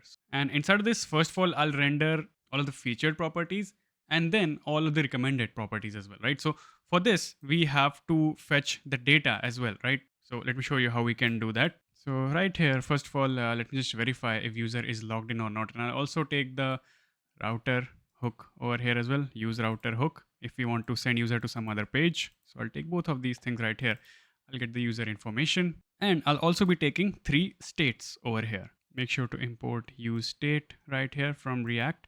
And actually we also want to give this some type, right? So let's just create a types folder over here as well. So I'll get folder types.ts, sorry, just types. I mean, inside of this, we're going to be creating index.ts. And here we can take different types. Like the most used type inside of our app is going to be for our properties. So properties, or property actually, singular. Inside of this, we can take the different things. So first of all, the ID, which is going to be string, the title, which is also going to be a string. Let me just take all of these at once and let me show you. Just like this, similar to how we did it inside of our database, right? So description, price, type, all of these specs, bedroom, bathroom, area, square feet, address, city, latitude, longitude, string, array for the images is featured, boolean is sold, boolean, and created at, right? So we're going to be importing it over there. So you might already know, to give use state type, we take angle brackets over here. I'll say property, import the type, and this will be an array of featured properties, right? So I'll do that, and I'll just copy the same thing and paste it right here for the recommended properties as well. Okay, now we need to fetch the properties. So for that, we can write a fetch properties function right here, where I'm going to be calling it like calling Supabase. So I'll first of all say set loading to true when we start fetching it. After this, I'll say await Supabase. Make sure to import Supabase from @lib/Supabase. And I'm not taking the protected client over here because this like all the property data is going to be public. So I'll say Supabase dot from, and I'm going to be taking the properties table, and I'll say select all of it. So I'll say star. Then after this, I'm going to say it should be equal to is featured. First of all, I'm fetching the featured property. So is featured should be true, and order should be in the ascending order with respect to created at. Okay, and we will assign it to this featured data variable. So this data will be returned and we will rename it. Similar to this, we can fetch all the recommended data as well, just like this. From properties, select this, is featured can be false, and again in the ascending order. Okay, after this, we can set all of this data right here. So I'm going to say set featured to be featured data, set recommended, and set loading to false. And I want you guys to handle the errors over here as well, right? So you guys can use try catch block. I've left it for you guys. All right, now we want to fetch the properties. So over here, we can use effect to fetch it. But since we're using React Native, I'm going to be using use focus effect. So every time we come on this tab or we focus on this tab, this is going to fetch the data. This is much more effective. Let's use callback, and use effect won't allow us to use callback over here, so that this only runs if the properties are updated, right?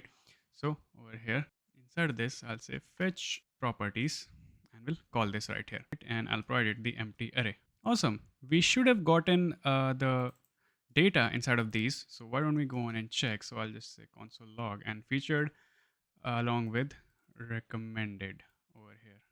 Paste it. And if we go to our terminal, we can see all of this data right here. Now, there's much better way of looking at this data. So let me show you. If you just scroll all the way over here, you will see open debugger. So just press J and notice it will launch DevTools. So see something like this. And here you'll get a browser interface, something like this, which can tell you the errors properly. So this is for, okay, these are previous errors. You don't need to worry about it. So check this out. We are getting all this data right here, and we can look at just the way we do in like while developing a web application, right? So this is much more convenient. I'm going to close it for now. All right, so now that we have our data, let's start rendering it inside of our flat list. So first of all, this flat list is for the recommended data. So I'll say data equals recommended, which we will render later on. Let's provide it with the key. So I'll just provide the ID. So I'll take each recommended property and just say item.id as a key. For this flat list container, I'm going to be providing some padding. So there's something called as content container style. So I'll say padding bottom to be 100. If we want to show a vertical scroll indicator on the side, we don't want to show it. So I'll just say shows vertical scroll indicator, to be false right here. Okay. Now below it, I'm going to say list header component. So here we can create our header component and also render our featured properties, right? So inside of this will be a component. I'll take a view tag right here. First of all, I'm going to be creating a header. So let me just write it out real quick, all of this stuff. So let me just import the view just like this. Below this header, we are also going to be having a search bar, if you remember. And below it, we will have a featured properties section, right? And then we will display the header related to our recommended properties. So I'll just say recommended header. Okay, so these 4 things, nice. Right after this, we are going to be rendering our recommended properties. So for that, we will be taking render item over here, where we will be taking each and every item. So I'll destructure it, and we are going to be rendering it right here in view. So class name is going to be padding horizontal to 5. And here, let's just render the title, I would say. So I'll just say item dot title, and also wrap it inside of text right here. Make sure to import text. And there we go. We can see all of these being rendered just like this. Awesome. How about we add the header as well for this? So I'll just say text with text weight 900, text large, font bold, padding horizontal to be 5, and some margin bottom to be 4. And I'll say recommended over here. And we'll see, yes, something like this. Awesome. Now, if we don't have any recommended properties, that is if it is empty, so for that, I'll have an empty state below it render below the render item. So I'll say list empty component. If loading is not going on, I'll show a view which will say no properties found with item center, padding vertical of 10, and for this text gray 400. So let me just do one thing. Let me just make it null. Null, and we should see that state. Yep, you can see no properties found. Awesome. Let's revert it, and let's start from the beginning by creating our header. So right here for the header, I'm going to be taking a view. Inside this, I'll render the image of our logo, right? So make sure to import image from React Native. Just like previously, we are going to be saying source, and I'm going to provide the source. So I'll say require, and I'll provide the path. So dot slash, and we want to go to assets slash images slash crib.png, right? Let's provide it with some styles right here. For image, simply I'll just provide width 90 and height 36 with resize mode of contain. And for this view, I'll just provide it with some class name of flex row, items to be center, justify between, some padding horizontal of 5, padding top to be 4, and padding bottom to be 5, and save it. There we go. Something like this. Awesome. And after this, in this header, we can simply welcome the logged in user. So here below this image, I'm going to take a view with items end. So we want to display it on the right side, right? And I'll say text component over here. I'll first of all say good morning, or according to the time, you can, render different things over here. I can just render hello emoji over here. So you can, if it's morning, you can say good morning, good evening, good night, whatever, right? Not good night actually. good evening, I think would be sufficient. And then we can display the name of the user. So I'll say text grade to be 900, text base and font bold. I'll say user.firstname. If that is not there, I'll just simply say user. So there we go, something like this. Okay, so we've written PS over here, should be PX. So it's properly, yes. Now we have proper padding over here. Nice. Below it, we can display a search tab. This won't actually be a real search tab. This will just be the one which will take us to this search tab right here, right? So we will sort of display a placeholder search tab or filters button. When we click on it, it will open the filters over here in the search. Okay, so over here I'll say touchable opacity. If you remember, this one was for the buttons, and simply I'll say on press. On press, I'll just push it to the search page. So I'll say router dot push, and this will take me to /root/tabs/search. Let's save this and let's first display something inside of it. I'll actually display the search icon. So from the ion icons, let me just import it at the top right here, something like this. Name will be search outline, some size, some color, and I'm going to say search properties, cities. Let's just provide this button some class name. So I'll say some margin horizontal to be 5, margin bottom to be 6, flex row, item center, background white, rounded to excel, some horizontal padding and vertical padding with gap to be 3. So see, something like this. It's starting to look like a search bar, right? Let's just provide some shadows. And for that, I'll use React Native's native styling. So some shadow color, shadow offset with some opacity, shadow radius and elevation to be 2. Now these types of stylings and stuff, you make ChatGPT or Claude write these. Don't really worry about all the stylings and stuff. You need to focus majorly on the logic, right? So now you can see it's starting to appear. Let me just click on it and you'll notice, yes, it takes us to the search page. Great. Let me just display that filter icon as well. So here below this text, I'm going to display a touchable opacity. This will have the iron icon inside of it as well with options outline icon, size to be 15, color to be white. For the touchable opacity, I'm going to say on press, and here again we will route it. So let's just take this over here and I'll show you what I'll do. So I'll paste it over here. We will take it to the search, but additionally we will add a flag over here of open filters to be true. So if this is true, then it will open the modal for the filters. Right now obviously that does not exist. We will also give it some class name, width and height to be 8, some background blue of 600, rounded excel, items to be center and justify center. So now you'll see, yep, there we go, something like this. If I click on it, again, nothing will happen. It will take us to the search page. That's all. Okay, great. Let's work on the featured section as well. So right below this, I'll have a view with class name to be margin bottom of 6. Inside this, I'll have the heading. So in the text, I'll say featured, text here to be 900, text large, font bold, similar to what we have done right here. Below this, I want to show a loading indicator if the loading is going on, right? So if loading is true, then I'm going to show the activity indicator component, otherwise a flat list component, right? So I'll just keep it empty for now. And over here, I'll say activity indicator self-closing tag, and this will be size small with this color and class name, padding vertical of 10. And I haven't closed it, so just close it and save it.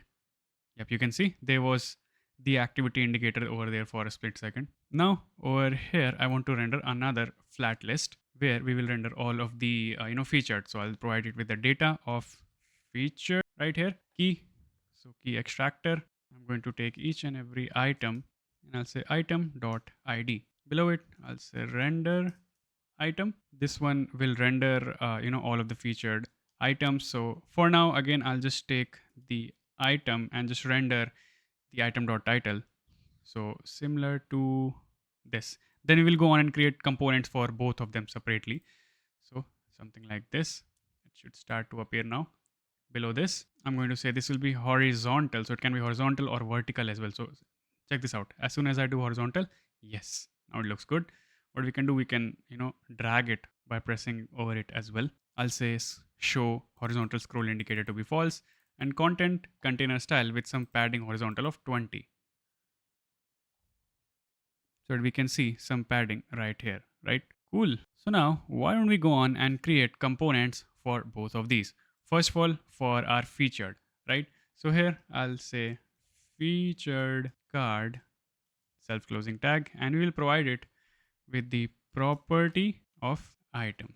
If we save this, this will give us error because obviously it does not exist. So let's go on and create it inside of, so we don't have any components folder, I guess, as of now. So we create a new folder for components. And here I'm going to be creating a new file, featuredcard.tsx, and press enter. Featured card, yes. Let's just import it over there. So I'll import it just like this. Obviously it will give error since we have not gotten any props right here. It will only show this feature card. So since we're taking the property, I'll just say property over here, and we'll provide it the type as well. So I'll say property with the type of property that we created, right? So make sure to import that type. Cool. Now inside of this, let me just take the router as well, because we are going to be routing it when we click on a certain property to the properties detail page. And then inside of this, we are going to be taking a touchable opacity, just like this. Inside this touchable opacity, first of all, I want to display the image of that property. So I'll import the image tag as well. I'll say source, and from the data that we're getting from the backend, I'll say URI to be. So this is, in case of if you're getting some URL. So that's why we use URI instead of require. So I'll say property dot images 0th index. We will display the first image that we're getting from that. I'll say class name, class name, width to be full and height to be 44. And below this, I'll also say resize mode to be cover. Let's see if we are able to see these images or not. We're not able to see it currently. Let me just provide some class name to touchable opacity. I'll say class name, width to be 72, margin right to be 2, rounded 3XL, overflow to be hidden, background is going to be white. Save this, and there we go. We are able to see all of these images right here. Amazing. Below it, we can provide it the shadows and stuff just the way we provided it previously. So let me do that. So I'm going to be taking style tag with some shadow color, shadow offset, shadow opacity, shadow radius, and some elevation property so that it feels a little bit elevated, right? And opacity will be 0.5 if the property is sold, otherwise 1. Save this. Yep, there we go. Great. Now we also need to provide an on press to this so that we can route it to a property detail page. So I'll say router dot push. Inside this, I'll say slash root. I need to provide it this slash root slash property. Now this does not exist, so this might give us some error. So we might have to comment this out. And after this, actually I'll be taking this template string over here, right? So I'll wrap it in the tilde sign, and over here I'll take property dot id, right? Something like this. Save it. I don't think this is giving us any error. Let me click on it, and yes, now it will give us error because that path does not exist. So let's go back. Okay. Now below it, let's render more information about the property. And this is a very simple part, so I'll just move a little bit fast over here. So simply, we are going to be rendering a view over here and a text component inside this where we will render property.type. We can see the villa, apartment, and all of these different property types right here. Okay. Below this view, if the property is sold, we can also show a sold tag right here. So I'll say property.isSold is true. Then I'll say sold over here. Again, these are all very simple styles. Position absolute, top to be 3, right to be 3, background red 500, some horizontal padding. Let me just make it true actually. So I'll revert it. See, something like this. We will see this sold tag over here if the property is sold. Let me revert this again. So text white, text extra small, and font semi bold, right? Simple styles. And now we want to render the info about the property. So inside of this, I'll first of all render the text component with property dot title, and here I'll say class name to be text base, font bold, text gray to be 800, and margin bottom of 1 below this text. And yep, you can see this title and stuff over here as well. Below this text, we will render the address and the city, right? So here in the view with flex row, item center, gap to be 1, margin bottom to be 3. I'll take the icon. So icons over here. This will be name equals location dash outline, size to be 13, and some color. You can give whatever color I want. I have a specific color in mind, so I'll provide that over here. And below it, I'll render the address and the city just like this.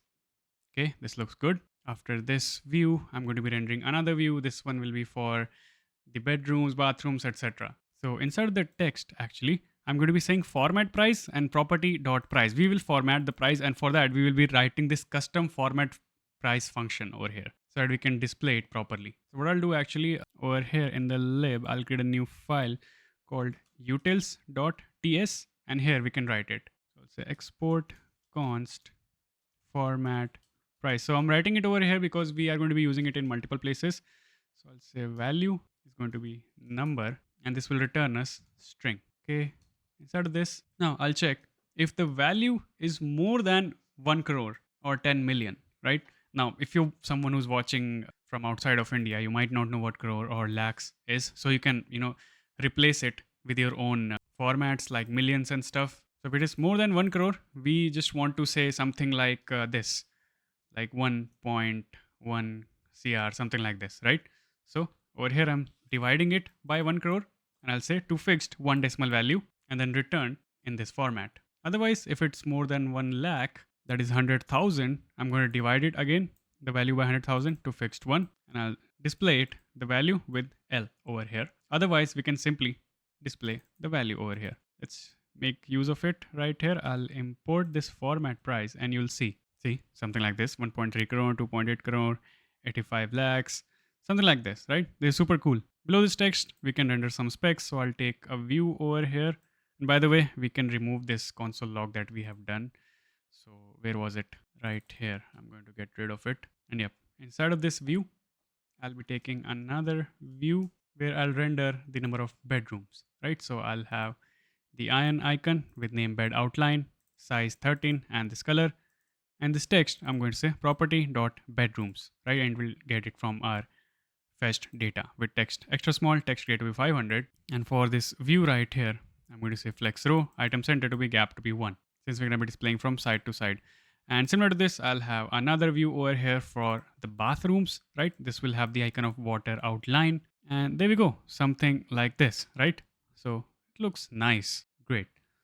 So yep, there's our featured card component. What's the error over here? Okay, yeah, it's because it does not exist. It will get fixed later on, don't worry about it. Now next, we want to create this, property card component, right? Which will be rendered right here. Alright, now I'm going to create a new file right here in the components, which I'll call propertycard.tsx and F. There we go. Let's save it. And I'm going to take this, copy it up, and I'll go to my index.tsx right here, and I'll import it over here, right? So in place of this, I'm going to say property card, make sure to import it. And similar to previously, I'll also provide it with property to be the item that we're providing, and save this. Let's take it and go inside of right here. And again, similarly, I'm going to be taking the property right here. Apart from that, we will also be taking a couple of more things like on and save and show save, and both of these will be optional. Let me show you. So show save will be false. So basically these will be useful when we go on and create our save property page, right? And we'll provide them types. So property will obviously be this property type that we have created earlier. So import it.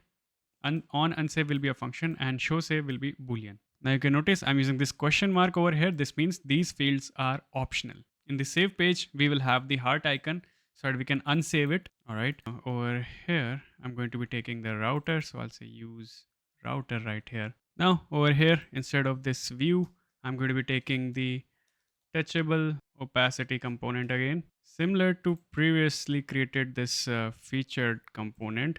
So I'll just copy this up and I'll paste it right here. It will be very similar to this. We will change a few things, of course. Like in the class name, I'm going to say flex row, background white, rounded to XL, margin border before, and overflow hidden. And inside of this, I'll render the image. So I'll just copy the image up and I'll paste it right here. Instead of width full, I'll say width to be 28 and height to be 28 as well.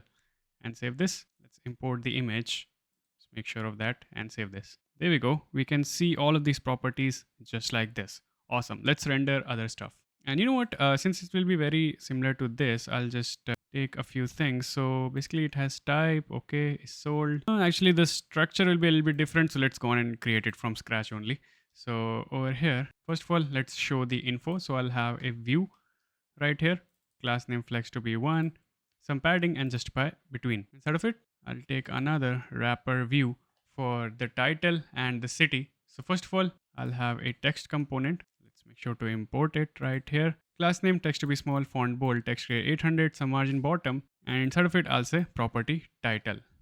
And below it, similar to previously, we can show the name of the city, right? So I'll import the ion icons and take this location outline icon just like previously, the way we are rendering it right here. If you want, you can also add the address over here as well, just like this. See, something like this. But I like to keep just the city over here because user can go inside of it and see more details over here, right? Otherwise, these two start to appear very similar. After this, we can render more details. So after this view, I'm going to render another view with flex row, item center, justify between. And here, first of all, I will render the price, right? So I've already created this format price, so import it. And I'll say text blue 600, font bold, and text small, right? There we go. We can see the price right here. Below it, if the property is sold, we can show the sold tag. So I'll say if property.isSold is true, then we can show sold tag right here. Let me show you. If I like revert it, you'll see something like this. Okay, let me revert it again. So I'll be moving a little bit faster over here because we've already created something like this, right? So I'll have another view, and inside this, I'm going to be rendering the bedrooms and the bathrooms. So I'll have a view over here with ion icons. Similar to previously, I'll take bed outline, property.bedrooms, these many beds, right? And apart from this, like below this, I'm going to be taking the area square feet right here, like similar to what we have done right here again, right? In this case, just it's area square feet. And yeah, this is how it will start to look like. It's beautiful, right? If the property has already been saved, we can show a heart icon right here. So below this view, actually, I can show a touchable opacity. Inside of this, I can show ion icon right here. And we will have a variable for is saved. If it is saved, then we'll show the heart icon, otherwise heart outline. So for now, what I'll do, I'll just take a static variable for this. Then later on when we work on saved, we will add dynamic nature to it. So const is saved equals, let's say true for now. And yes, we can see the heart icon right here. Let me just style it a little bit. So in the touchable opacity, I'll add the class name width to be 10, item center and padding top to be 3. Let's see. Yep, there we go. It looks beautiful. Again, we will add the unsave save functionality later on. All right, now what I want to do is I want to show you how we can do code reviews per feature, right? So what I'll do, I'll just create a new branch over here inside of our Git repo.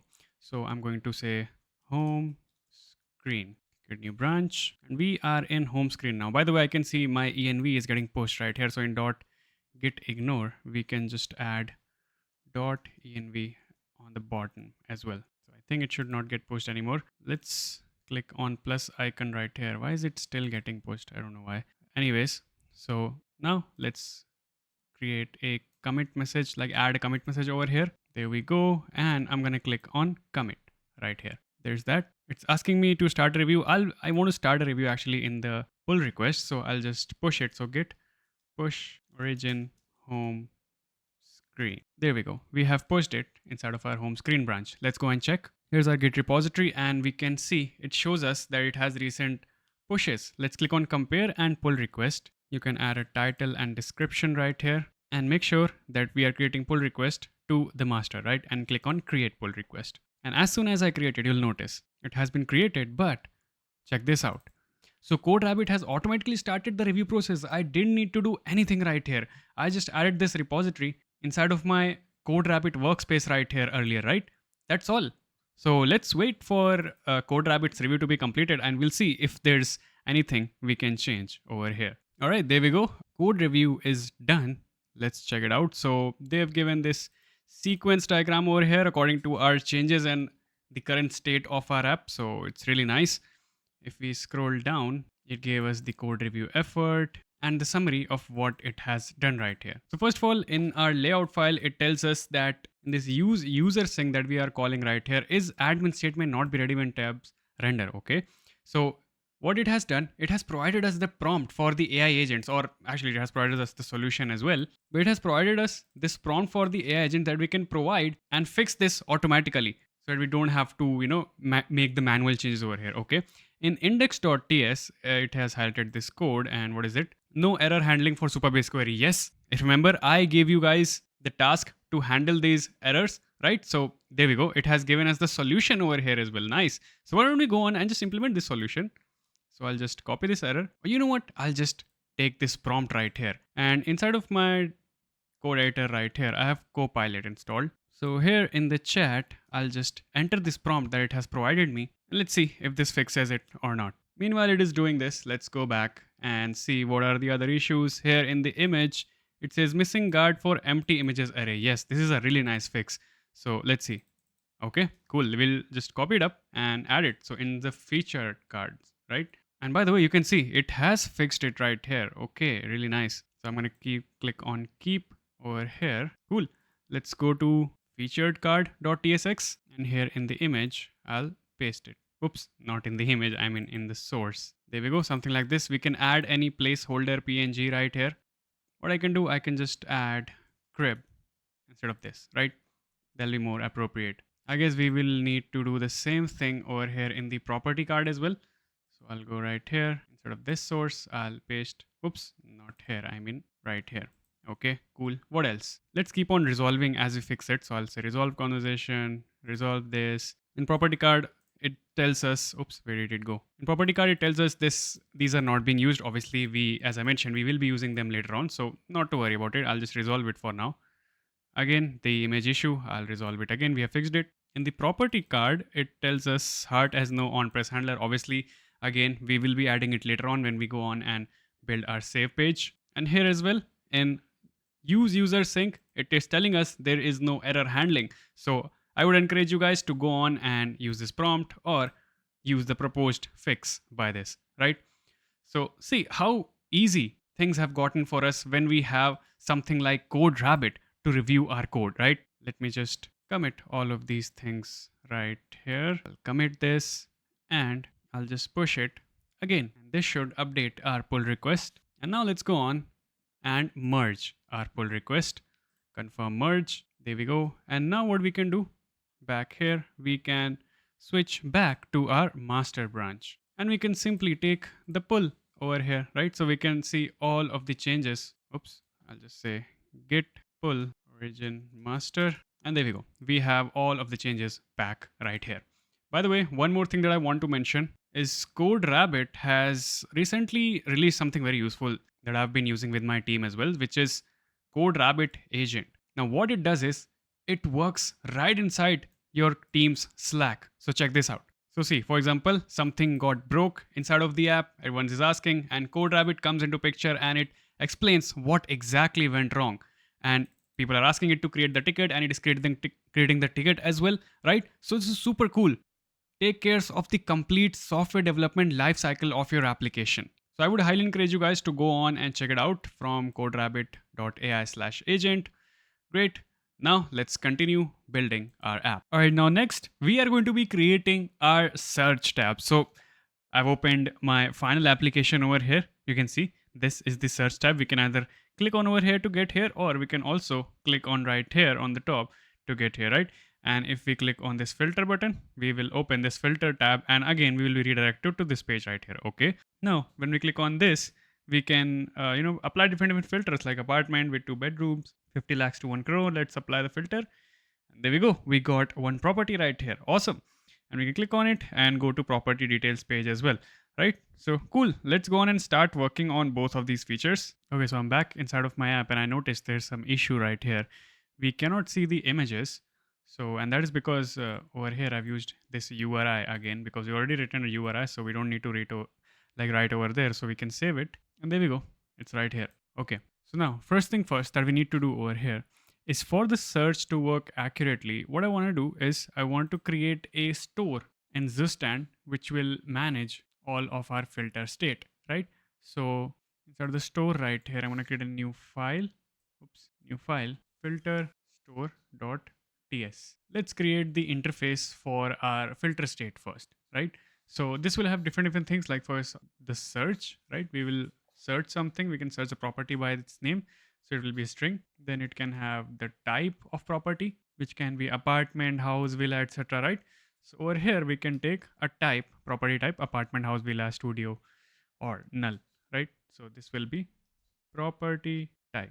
Then we will have some functions for our Zustand store, which are going to be like set search, which will take the string and it won't return anything. Set type will perform some actions inside of it. Set bedroom, minimum price, maximum price, and also reset filter to reset all the filters, right?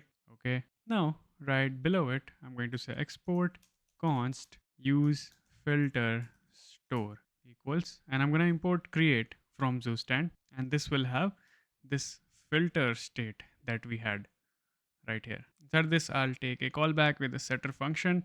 So here, I'm going to return an object with some null values of all of these. Like we're just taking default values right here. You can see it shows us that few of them are missing, like the functions and all, right? So let's take them as well. They'll be simple, like we'll take the value and we will use this set over here and set the value inside of our filter store right here, right? Same for set type, set bedrooms, minimum price, maximum price. And after that, in the end, we can trigger the reset filters, which will make all of them empty and null. Cool. So we will be using it inside of our filter or search screen, right? So here inside of search.tsx, first of all, I'm going to wrap this whole component with SafeAreaView, right? Something like this. And I'm going to import SafeAreaView right here. Let me just open this search first. Yes. For this view, I'm going to say class name, some horizontal padding, some padding top and padding bottom. And here in the text, I'll say class name text to be 2XL, font bold, text grade 900, margin bottom to be 4. And I'll say find property. Then below it, we can show the search bar, right? So this text, I'm going to be taking another view right here. Flex row, item center, gap to be 3. And inside this, I'm going to be taking another view, which will have similar styles how we took in our homepage. So you can see right here, we have this search bar, right? We will style it similar to this search bar. So flex 1, flex row, item center, background white, some rounded to XL, some horizontal padding and gap to be 3. And apart from this, we will give it some shadows and stuff. So again, how we've done earlier, we'll take this style with shadow color, offset, opacity, shadow radius, and some elevation, right? Now inside this view, we can take the text input. But actually before that, let's just take few states over here where we will store the value from that text input. And also we need to take the use filter store. Actually, I think that is where we are going to be storing it, right? So use filter store right here. And here I'm going to say const. And inside of this, we will get all of these different things that we have created. Like for example, search, type, bedrooms. Let me take all of them right here, just like this, right? So this set search is what will be helpful for us. And at the top, let's take a few more states, like for example, results, loading, and show filters. So results will obviously be the array of properties. So we'll take the property type over here as well. Loading will be Boolean and show filters will be Boolean as well. And again, if you remember, if you go to this home right here, when we click on it, it will come back to this search, but it will come back with a search param as well, right? So for that, we will use a open search, like we will use the open filters search param, right? So I'm going to say use local search params hook that I showed you earlier. And then we give it some type. This will have open filters as string. Now this can be optional as well, right? And I'll assign it. So const open filters, just like this. And if this open filters is true, then we will make this state as true as well, right? So right here inside of use effect, I'm going to say if open filters to be true, then set show filters to be true. Let's import use effect right here, just like this. What else do we need? I guess we'll come back to it.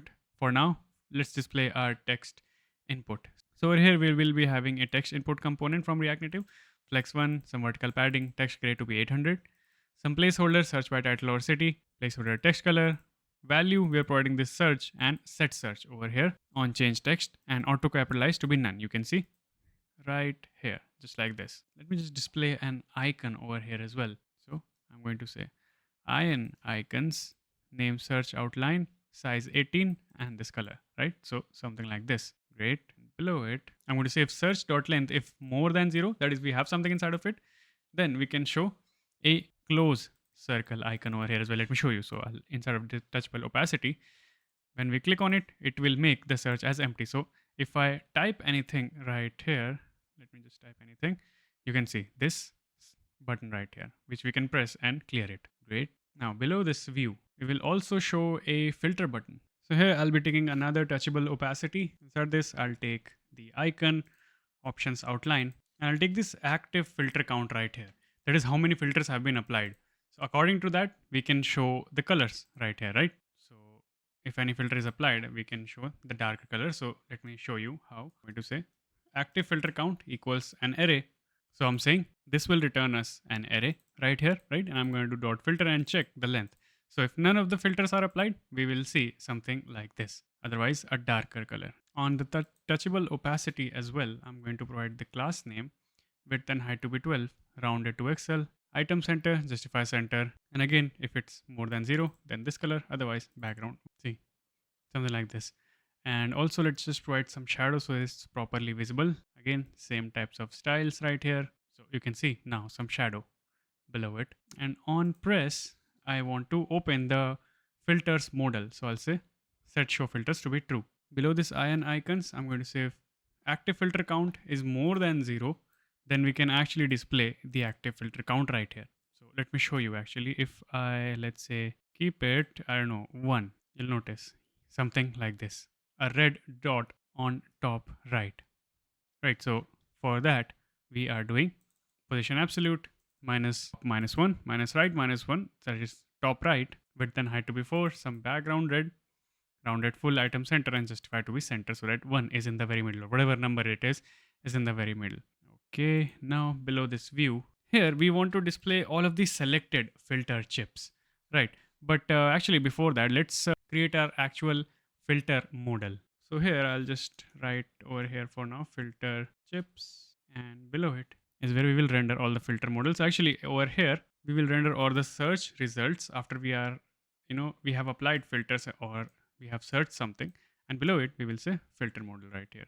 Okay, so let's go to components and I'm going to create a new file, filter model.tsx, nf filter model. This will take 2 props, one visible and on close, and let's provide the types. Visible will be boolean, on close will be a function. Okay, let me take all of these states from Zustand store. So same thing, use filter store, and I'll take out all of these right here. And let me just import it right here, filter model, and import it. So right here, first one visible will be for if you want to show the filter model or not.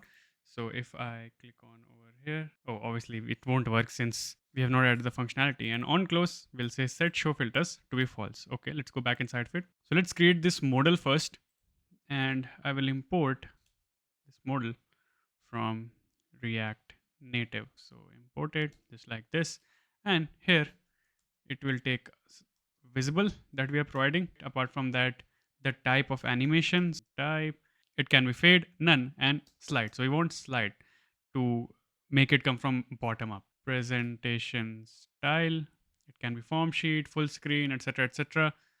So we want page sheet right here. Then I'll say on request. You can check this out. This is the model right here, right? On request, on request close will be on close, on close, that we are sending from right here. See, it's closed now. If I click on this, it's open. If I slide it down, it will be closed, right? So it's super cool. For this view, I'm going to provide it with class name flex1, background gray of 50. Inside of this, I'll take another view right here with class name flex row, item center, justify center, padding horizontal of 5, some padding top of 6, padding bottom, background white, border bottom, and some border gray of 100, right? And inside of this, first of all, I'll display the closing icon. So I'll first of all say touchable opacity. On press, this will trigger on close, and class name padding to be 1. We'll also display the iron icons right here with close icon, size 22, and color this. Let's save this. There we go. We can see it right here. Let's also display the text over here saying filters. Let me just import this text from React Native. and a touchable opacity which says reset for resetting our filters, right? So let's create this handle reset. So right here, we will call reset filters over here from this and on close as well. And actually, apart from that, we will also be having the states for min and max prices over here. So I'll say local min, local max. I'll take the use state right here. All it is saying is we're taking the minimum and maximum price over here from our filters so that user can enter between them. And I'm setting it inside of this state right here, right? So over here as well in the handle reset, I'll be resetting both of them as well. And by the way, guys, I was thinking since we're using that shadow again and again, right? Why don't we take it over here in a variable so we can use it wherever we want. Let's also take the active count over here, like how many filters that we have applied. So I'm going to take type, bedroom, minimum price, maximum price over here, and I'll say dot filter, and I'll see if any of them have any values and return it, and I'll take the length. So this will give us the active filter count over here. We will also take a function for applying the filters. So I'll say handle apply, set minimum price to whatever minimum price that we will select, right? And maximum price as well, and on close. Okay. Before rendering the filters, we will also be taking all the different types of filters right here. So actually, I've provided it in my Git repository right here in this filter mode. So if you don't want to write it one by one, you can just copy this from right here. This is just static data, so don't worry about it much. So I'll just paste it right here. Check this out. So here I've taken types, label, and value for the property type that we'll import that we've already created in the Zustand store. And here we have different types like apartment, house, villa, studio, different types of beds, right? Different price presets. You can customize it according to you. Also, when we select a particular filter, we will also display the chip for it, right? So I'm going to say chip. Inside this, I'll provide some vertical and horizontal and vertical padding, some rounded full border. And if that particular filter is active, I'll show background blue and border blue, otherwise background white and border gray. Right? Similarly, we can also take the chip text. If it's active, then it will be different. Otherwise, text gray 600. Okay, let's go on and continue building our UI. So right below this view, we will be taking a scroll view over here for all of our different filters. So I'll say scroll view, class name flex1. Let me import it. Content container style, I'll provide it with some padding bottom of 40. What happened to our app? Let me just reload it. Okay, it's fine, I guess. Let's keep this open. Yep, you can see cross filters and reset over here as well. Shows vertical scroll indicator to be false, right? We don't want any scroll bars on the side. So first of all, I'll say property type for displaying the property type filter, and then we can render all of different types of properties right here inside of this view. So flex row, flex wrap, gap to be 2, and margin bottom to be 6. And here I'll say types dot map each and every item over here.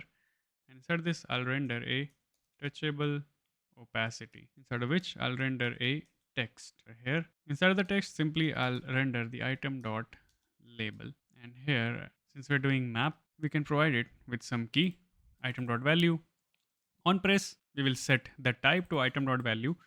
Class name can be this chip function that we created, and we'll provide it if the type is equals to item dot value. That is, if it's selected, then we will keep it as selected, and we will also add some shadow over here. Let's see. Let me just refresh it. Then we can try it out. Okay, and there we go. We can see it right here. Let's just style our text as well. So I'll use the chip text right here, and I'll say if type is equals to item dot value. If it is selected, then it should be white. So let's just refresh our. Oh no, I think I have not saved it. So let's just save it. Yes, now it's fine. Yeah, we can see. Awesome. Now something similar is also going to be done for the number of beds as well, I believe. So let me just copy it up and paste it right here instead of this property type. So let me just copy this as well over here. I'm going to say bedrooms, and then below it I'll map through the beds, and here simply we will say set bedrooms. There we go. It looks good. We can also actually add some additional styles right here. So let's put it in our template string like this, and we can add flex1 item center, some vertical padding, rounded to XL, and some border right here. Okay, for the text as well, let's do the same thing. So I'll just put it in a template string, and I'll just add some additional styles like text small and some font bold, right? Let's save this. And here actually, instead of type, we will say bedrooms. So over here as well. Right now, if I say, like we can click on it over here. Nice. After this, we can display the price range. So again, I'll just copy both of these things up and paste it right here. And I'll say price range in place of this one. And on the bottom, instead of this beds, we will actually be rendering two inputs right here, right? Before that, let's render some presets. So I'll just say price presets. Instead of this item, let's take P for price. You know what? I'll work on this later on.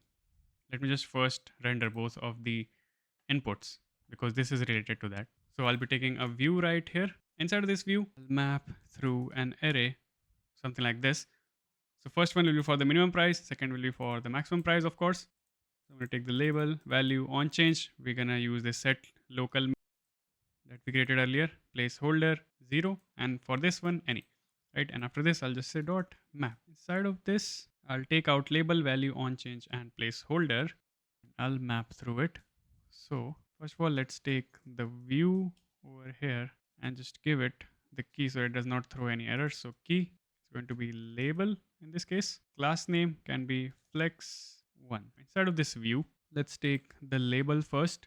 So extra small, text tray 500, margin bottom, and some font medium. So you can see something like this. Now below it, we can display the actual text input, right? So I'll just take a view right here, which will say class name flex row, item center, background white, some rounded 2XL, some horizontal padding, border and border gray 200.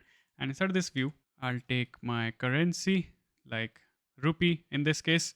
You can take dollars or whatever that you prefer, right? And then below it, I'll take the text input, just like we've done earlier. I'll say flex1, padding vertical and text gray of 800 with some placeholder that we've taken from over here. We're just providing different values. Placeholder text, keyboard type will be numeric because this only accepts numbers, right? And on change will provide it to on change text. So from right here, which will take this or this. Okay. Yeah, that's pretty much it for our filters. Let's just add this price presets is remaining. So I'll just uncomment it. So first of all, I'll take each and every price, right? So I'll check if active equals minimum price equals price.min. Like whatever the range that we have selected is already added inside of these inputs or not, right? So it will be active. So right here in the touchable opacity, I'm going to say key equals p.label. On press, I'm going to set local minimum to be this. Whatever that we're clicking on, set local max to be this. Set min price and max price to be this, right? We can provide some class names. And actually, instead of this parenthesis, we will have curly braces over here. That's why it was giving the error here as well. What's wrong? Okay, so we have to return over here as well. Okay, nice. So yeah, we are assigning all the different prices. In the class names, I'll say padding horizontal of 3, padding vertical, some rounded full, and border. If it's active, we're going to show this, otherwise this. Inside of it, for the text, again, same thing. If it's active, text blue 600, otherwise text gray 500. Let's see. If I go to search in the filters, yes, we can click on over here and we can assign different filters over here. Great. Now finally, let's just go on and add the button to apply the filters. So I'll take the view right here. Inside this view, we will take the simple touchable opacity right here on press handle apply that we're getting from right here. Class name, simple background blue 600, rounded 2XL, some vertical padding, items to be center, and our shadow styles. And inside of this, I'll have a text which will say apply filters, and whatever filters that we have selected, it will show the filter count right here, active filter count over here. So see, something like this. So how about I apply this, this, and this. Click on apply filters. You can see the filters applied are being shown right here. Now all we have to do is we have to first render the chips and also all of the filters right here, right? Sorry, not filters, I mean the properties. So let's just close this up, go back to search.tsx, and here we can render the results and filter chips. So first of all, for the active filter chips, I'm going to say if active filter count is more than 0, then we will render this. Inside this, I will render a view over here. Okay, let's just give it some class name of flex row, flex wrap, gap of 2, and margin top to be 3. Inside this view, I'll say if type is selected, so type, and inside this view, let's just provide it some class name, flex row, item center, background blue 50, some border and border blue 200, rounded full. So basically we're getting a chip over here, right? So I'll say text with text blue 700, text extra small, font semi-bold, and capitalize. So now you'll see, yes, there we go. Now, one more thing that I'm giving you a little bit of homework sort of thing over here is I'm writing these like this again and again. But what I wanted to do is I wanted to create a component for these chips, for these standalone chips, right? Which will also have this touchable opacity with close button, right? So on press set type will be null. See, something like this. So see, again, I'll just take it, let's copy it up and paste it right here. This one will be for the bedrooms, right? So this is not a good approach, and I've done this so that you guys can go on and optimize it as well. So if I'll say bedrooms is not equals to, then inside this text we can render it. If bedrooms is equals to 4, then 4 plus beds. Otherwise we can just show whatever beds that are selected right here. For the icon, I'm going to say I'll have iron icons with name bed outline size 11 and this color. Below this in the touchable opacity, it will be close, and I'll say set bedrooms over here. This, now we can see it properly over here. After this, for our pricing as well, so I'll just copy and paste it here again. This time I'll check if minimum price is not equals to null and maximum price is not equals to null. Then inside of it, I'll remove this icon from over here this time, and instead of this, I'll just say minimum price and maximum price are there. Then I'll take this format price function that we wrote earlier, format the prices. So I'll say from this to this price if both of them are there. If not, if minimum price is only there, then from this up to this if only maximum price is there, right? So we've covered all of the different conditions right here. And again, in the touchable opacity, the only thing we need to change is on press. So on press, what we'll do is I'm going to set main price to null and max price to null as well. So if I click on this, let's say on X, yep, you can see it's gone. This one as well, only apartment remaining. Cool. Let's render all of the different results right here. And for that, I guess we'll have to fetch it first right here. So I'm going to be creating a function called const fetch results. Let's set the loading to true. And here we will apply different types of filters, right? Like first of all, we'll take the query. So I'll take the Supabase since it's going to be a public query. I'll take it directly from here and I'll say dot from properties. And after that, we can add different conditions accordingly. So first of all, for the search, so I'll say if search is there, then query equals query dot, or we will compare here the title, city, and I'll say title dot I like. This is Supabase syntax. We're using the search right here for comparing both title and cities. If you want to add more things, you can add after the comma. After search, I'm going to be adding the type. So basically query dot equals to type, whatever type that we have added. After that, we will be adding bedrooms, right? Same thing. Then maximum price and minimum price. So it will be, for minimum price, it will be greater than or equal to, that is GTE. And max price less than or equal to, that is LTE. And in the end, finally, when we have our query, I'm going to say await query dot order created at, will order it in the descending order. So this is false and created, like with respect to created at, right? So after this, I can set the results to this data and set loading to false. Again, I'm leaving out the error handling over here. I want you guys to go on and do a code review with CodeRabbit, and it will show you that this is missing. And I mean, you can fix it before that as well. And every time any of these filter changes, we will trigger this fetch results function, right? So cool. I guess this should be working now. Let's go on and render all of them using our card that we have already created earlier. So here in the results, I'm going to say FlatList. You know what? Why don't we go on and just take this from our home page over here? So we have already rendered it, right? Let me search. I think this is the one that we need. So I'll just take it. You know what? I'll just take the whole thing and then we can remove stuff according to us, like the featured and all of those things. So I'll just paste it right here. And let me first of all import this flat list. In the data, I'll be providing the results, item.id, this is fine, padding bottom of 100, and let's provide some more padding of 20 right here. Okay, show vertical scroll indicator false, that's fine. List header component, yes, this is what we have to change. We'll simply show loading over here. So till where does it go? So till here, I'll just remove everything inside of it. And here, I'll just simply say text with, if loading is going on, Oops, I'll just say results over here. If loading is going on, show searching. Otherwise, these many properties found. In the render item, I'll take each and every item and we will render the property card. We don't need this view over here. So I'll get rid of it.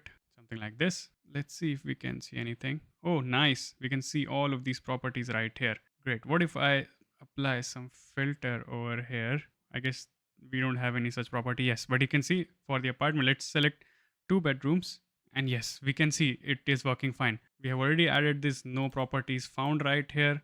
So let's apply such filter and we will see, yes, no properties found. We can also add some text like try a different search or adjust filters, right? So it looks something like this. Or we can also show, instead of this null, we can just show the activity indicator right here, something like this. Is it not imported? Yeah, it's now imported. Size large, color this, class name, padding vertical of 20. So let me just remove these filters. Yes, we can see the activity indicator was working fine. And yeah, I guess that is all for this filter and search page. Great. If you want to reset it, yes, reset is also working fine. Amazing. Now, what I'm thinking, why don't we go on and create the property detail page? Like whenever we click on a certain property, see it's breaking. Let's go on and create this page now. So how do we create the route for this? Because this is going to be a dynamic route, right? We don't know what ID is going to be for that particular property. So here in the root, I'm going to be creating a new folder called property. And then inside of this, I'll get a new file, just like Next.js, id.tsx rnf. Let's just say property detail. Save this and see. Let's reload our page and see if it's rendering now. If I click on any property, it shows me a blank page right here. This is weird. We'll come back to this. Let's first see how our property page will look like. So basically we will have the image carousel right here, the details about the property, like if it's featured or not, right? All of the specs, the description, the location, and also the map where we can click on it and expand it. Right, let me show you inside of our live app. And looks like our property details page is working. I guess there was some issue back then. It's automatically working now. Here's our live app. If I click on it, there we go. This is how our property detail page will look like. How beautiful is that, right? We have the contact agent button, and since I'm logged in as admin, we can click on mark sold and click on mark sold to, mark is basically as sold, right? We can, let's go to another property actually, since this is marked sold. So now you'll see that it will be in the very end, something like this, sold, right? Let's go to another property. We can also click on delete to delete it. I'm just gonna cancel it for now. We can see all the specs. If we click on the map, this is the best feature. See, we can see the map right here. How beautiful is that, right? We can click on Google Maps button right here, and this will take me to Google Maps. Awesome, right? Great, then let's go on and build this. Now, first thing first, for this view, I'm going to be giving some class name flex1 and background to be white. And then we will have, first of all, the image carousel over here, right? So I'll say scroll view component. This will be a horizontal scroll view. Let me just fetch the data first of all for this particular page, right? So over here, let me just take a few states and stuff as well. So since we are sending it this ID right here, I'm going to extract it. So I'll use this use local search params with ID string, right? And we're going to take out the ID. Then after that, a few more basic stuff like, for example, use user from clerk, use router for routing, use user store from Zustand, so that we can check if user is admin or not, so that they can mark it as sold or delete it. Okay, we are going to be also taking a few states right here, like property, which will obviously store the details of our property, right? Loading, when you're fetching it, active index for the image carousel, if the image carousel expanded or not, right? Image viewer visible or not, right? I'll show you how these will be used. Don't worry about it. Let's take the auth Supabase over here as well from use Supabase. So basically now, since we are going to be admin and making, as a logged in user actions, we would need this auth Supabase over here. Okay, let's just create a function for fetching the properties as well. So right here, I'll say const fetch property. Inside this, simply I'll run the Supabase query that we already ran. That is await supabase.from. So this will be public, right? So I'll take it from @lib/supabase. From properties dot select all of the like everything inside of it equals to this particular ID, and we want single. Then we will set it inside of a state. So set property to be this data and set loading to be false. Okay. After this, let's fetch it over here. So I'll have a use effect hook and where we will call fetch property, and I'm going to say ID right here. Whenever ID changes, fetch property will be triggered. First of all, right here, I'm going to say if property is not here, then I'm going to show property not found, right? And then let's just display all of the images, right? So actually, let me just open any of this page. You can see property details right here because it's on the bottom, right? First of all, I'll take a view over here.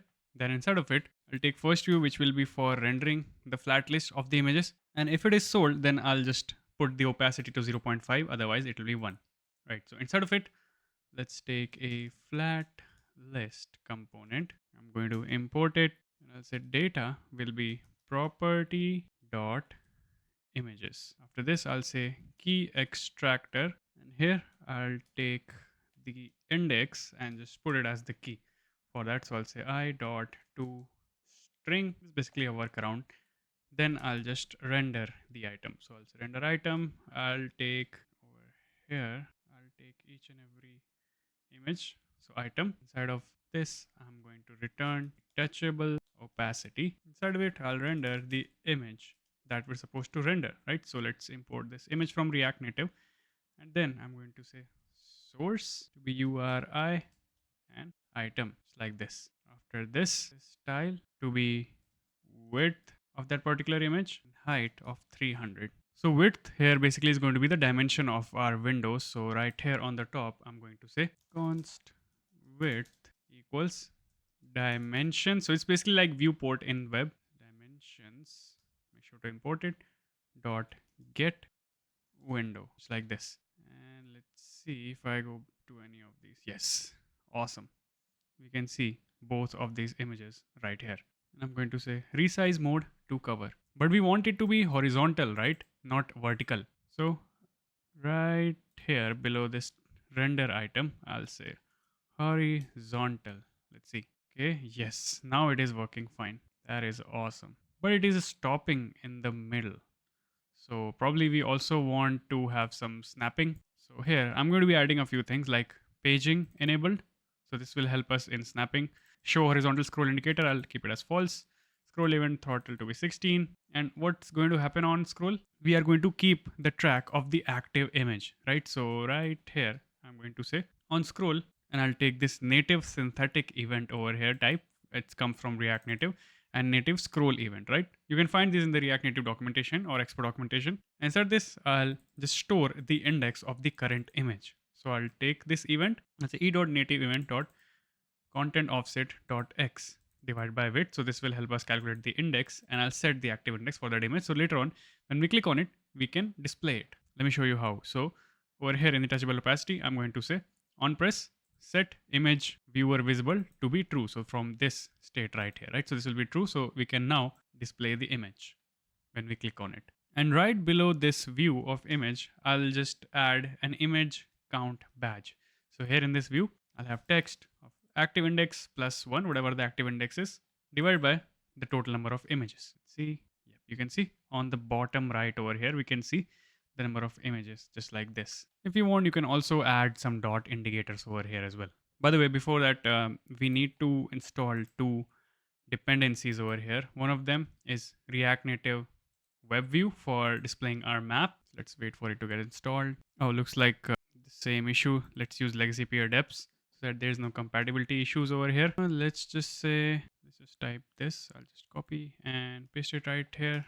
Press enter. Yep, now I think it's gonna work. I'm also going to be doing this with the other package. This one will be for displaying the images. Let's copy this legacy peer depths over here. Just like this, press enter. Great, both of them are done. Let's move forward. Let me just remove this text over here. Why have I kept it? Now after this, we can display back button and save button right here. So right below this view, I'm going to be taking SafeAreaView right here. Let's make sure to import it from React Native. Safe area context. Inside of this, I'll take a view with flex row, item center, specify between some horizontal padding and some top padding. Then inside of this, let's take a button. This one will be for going back. So it'll be very simple. I'll just go a little bit faster over here. I'm going to take icons with arrow back. On press, router.back. Class name, width and height to be 10. Background white, rounded full. Let's click on over here to see. Yep, there it is, right there. And style will be elevation 3. Similar to this, we will be having a save button over here as well. So toggle opacity on press, toggle save, which we will write in just a moment. It will be disabled when the save is going on. If it's already saved, we will show the heart icon, otherwise heart outline, and accordingly color as well, right? So for now, I'll just keep this const is saved to be true here. See, something like this. But you know what? I'm actually thinking, why don't we go on and write this save logic? It's been pending from quite some time. So why don't we just go on and finish it right now? So what I'll actually do is go into our hooks right here, and I'll create a new hook called use saved property ts. And I'll have a function or custom hook over here, use saved property. And by the way, guys, custom hooks are very important for the interviews as well. So make sure that you click the link in the description down below and check out my front-end interview preparation course. I have discussed a lot of such custom hooks inside of it. Inside of here, I'll be taking two props. One will be for property ID, which will be string. Another one will be on unsave. What happens? I think it's not going to be in the curly braces. Yes, now it's fine. Inside of the curly braces here, we are going to be writing all of the logic related to saving a particular property inside of our database. So first of all, I'll take the use auth right here to check the user information, and also use Supabase so that we can make the auth protected calls. Then I will take two states over here. One will be for is saved, other one for the loading. This one will check if it's already saved or not. This one will be triggering the loading when it is saving, right? Both will be false by default. After this, I'm going to be creating a function over here, const if saved. Inside this, we will check if it has been saved or not. So I'll first of all say if user ID is not there, then return, that is user is not logged in. Then I'll query my database. So I'll say await auth supabase dot from saved properties table. I'll select from the ID of that particular user equals to that particular user ID and that particular property ID, if it is saved or not, right? Then I'm going to take the single value over here, and then in the end, I'm going to say set is saved to be true or false, right? According to the data. And we will call this function right after this. So instead of use effect over here, I'll say check if saved. After that, we will also be writing the logic for toggling the save, that is saving or unsaving a particular property, right? So I'll say const toggle save, and inside of it, I'll say if user ID is not there and loading is going on, then return. Otherwise, set save loading to be true. We're going to start the loading, and then we're going to query our database. So first of all, we'll check if the property has been already saved or not. Then I'm going to say await auth supabase dot from saved properties dot delete, right? We are going to unsave that properties from our table. And obviously it should be equal to this user ID and this property ID. After this, I'm going to say set is saved to be false, and I'm going to trigger on unsave right here, like whatever that is provided to us from externally over here. Okay, great. Else, I'm going to say await auth supabase dot from saved properties, and I will insert if the property is not already saved, right? So I'm going to provide the user ID and property ID, and then I'm going to say set is saved to be true, right? That's all. And then in the end, finally, we can just stop the loading indicator. So I'm going to say set save loading to be false. And then finally, in the end, I'm going to return is saved, save loading, toggle saved, all of these things from right here, right? I guess that should do it. Let's just go back and actually add the save logic inside of it. So over here on the top, I'm going to import it. Let's import it right here. I'm going to say use save property hook that we just now made. I'm going to provide it the ID of the property, right? And I'm going to take out is saved, save loading, and toggle save. So it's giving us error because we have taken this true over here, right? Let's remove it. And now you'll see that this heart will be empty. So yeah, just like that. Okay, looks good. It's working fine. Let's just add the logic of toggling this save. So here on the bottom, on press, I'm going to trigger toggle save, and it will be disabled if the save loading is going on from over here, right? Super cool. Let's try doing it. So I'm going to go on and press this button. Looks like nothing happened. Oh, I think I have not saved it. Let's try again now. So I'm going to press it again, and yes, you can see the property has been saved. Let's go on and check inside of our database as well. So over here in the saved properties table, there we go. It has been added. Awesome. Now let's keep building our property details page right below this. Wait, I think I've made some mistake over here. I think it should be after this view over here.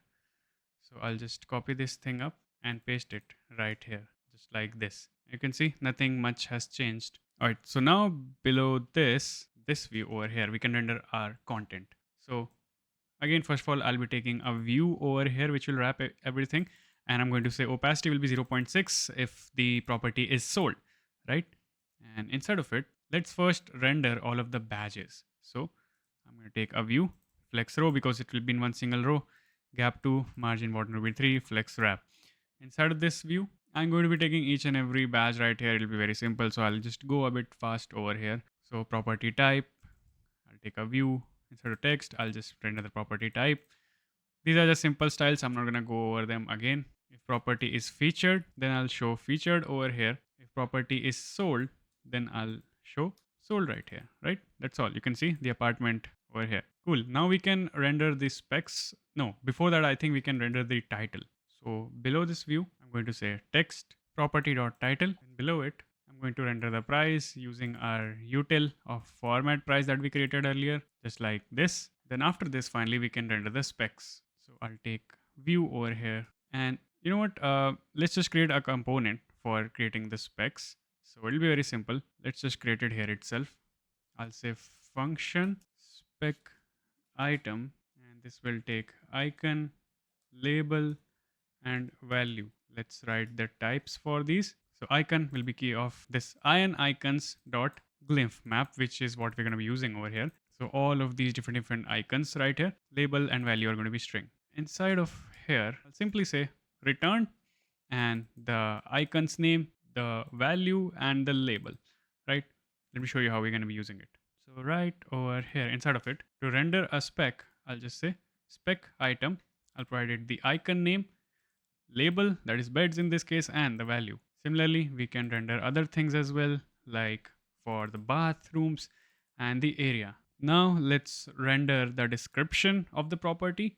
So after this, I'm going to say description and then the actual description. So for that, I'm going to be taking this display DESC over here variable. Let me show you what it is. So I'll go to the top. So this will basically be a short description which we can expand. So basically over here, I'm going to be taking two types of description. First of all, is long description or not? I'm going to check property.description.length. If it's more than 150, then it is a long description, right? So I'm going to check if it has been expanded or it is not long description. Then I'll say property.description. Otherwise, we are going to be slicing it to 150 words for now. Let's save this. Let's go to a property over here. Yes, you can see right here. Now, if this is a long description, we also have the option to expand it. So over here, I'm going to say is long description, and I'm going to add a touchable opacity, which will say read more over here or show less when it is expanded. And when we click on it, it will set the expanded to whatever it is, like it will revert it. Let's go to any other property. Let's go to this one. It's also not long. How about this? All of these description are short. Let's just tweak our data inside of the database so that we can add some longer description over here. So how about this one? Let's just duplicate it, I guess, for now. So right here, I'll just paste it again. And yeah, you can see we have read more over here. If we click on it, we can expand it or click on show less. Awesome. Now after this, I'm going to be saying location over here. Let's just put margin top to 5 over here to create some spacings. Okay. After this text, we are going to be rendering our map. So first of all, I'll render a view over here with icon location outline. So we're just going to be rendering the address with property.address, property.city. So already, seen it in our homepage while we're creating it. Now, finally, we can add the map preview. So inside of this touchable opacity, I'm going to be rendering the web view that we installed right here. So something like this. And source will be URI of map URL. So let me show you how this basically is going to be working. So over here on the top, there's something called as openstreetmap.org, right? So this will enable us to render map inside of our app right here. So we have to build this URL. So instead of bbox over here, we're going to render the latitude and how much zoomed in we are, right? Same with the longitude as well. So you don't need to worry about this much. I just asked ChatGPT to, suggest me something like this, and it gave me OpenStreetMap. I think Google Maps was having some trouble over here That's why it suggested this is the better way of doing things. So I took its suggestion and just rendered this. So let's save it and see what happens. Web view does not exist. Okay, we have to import it as well. We have not imported it. Okay, it's small w over here. It should be bigger w. So I think it's something wrong here. Where did this web view get imported? So let's see, web view. I don't think it was imported.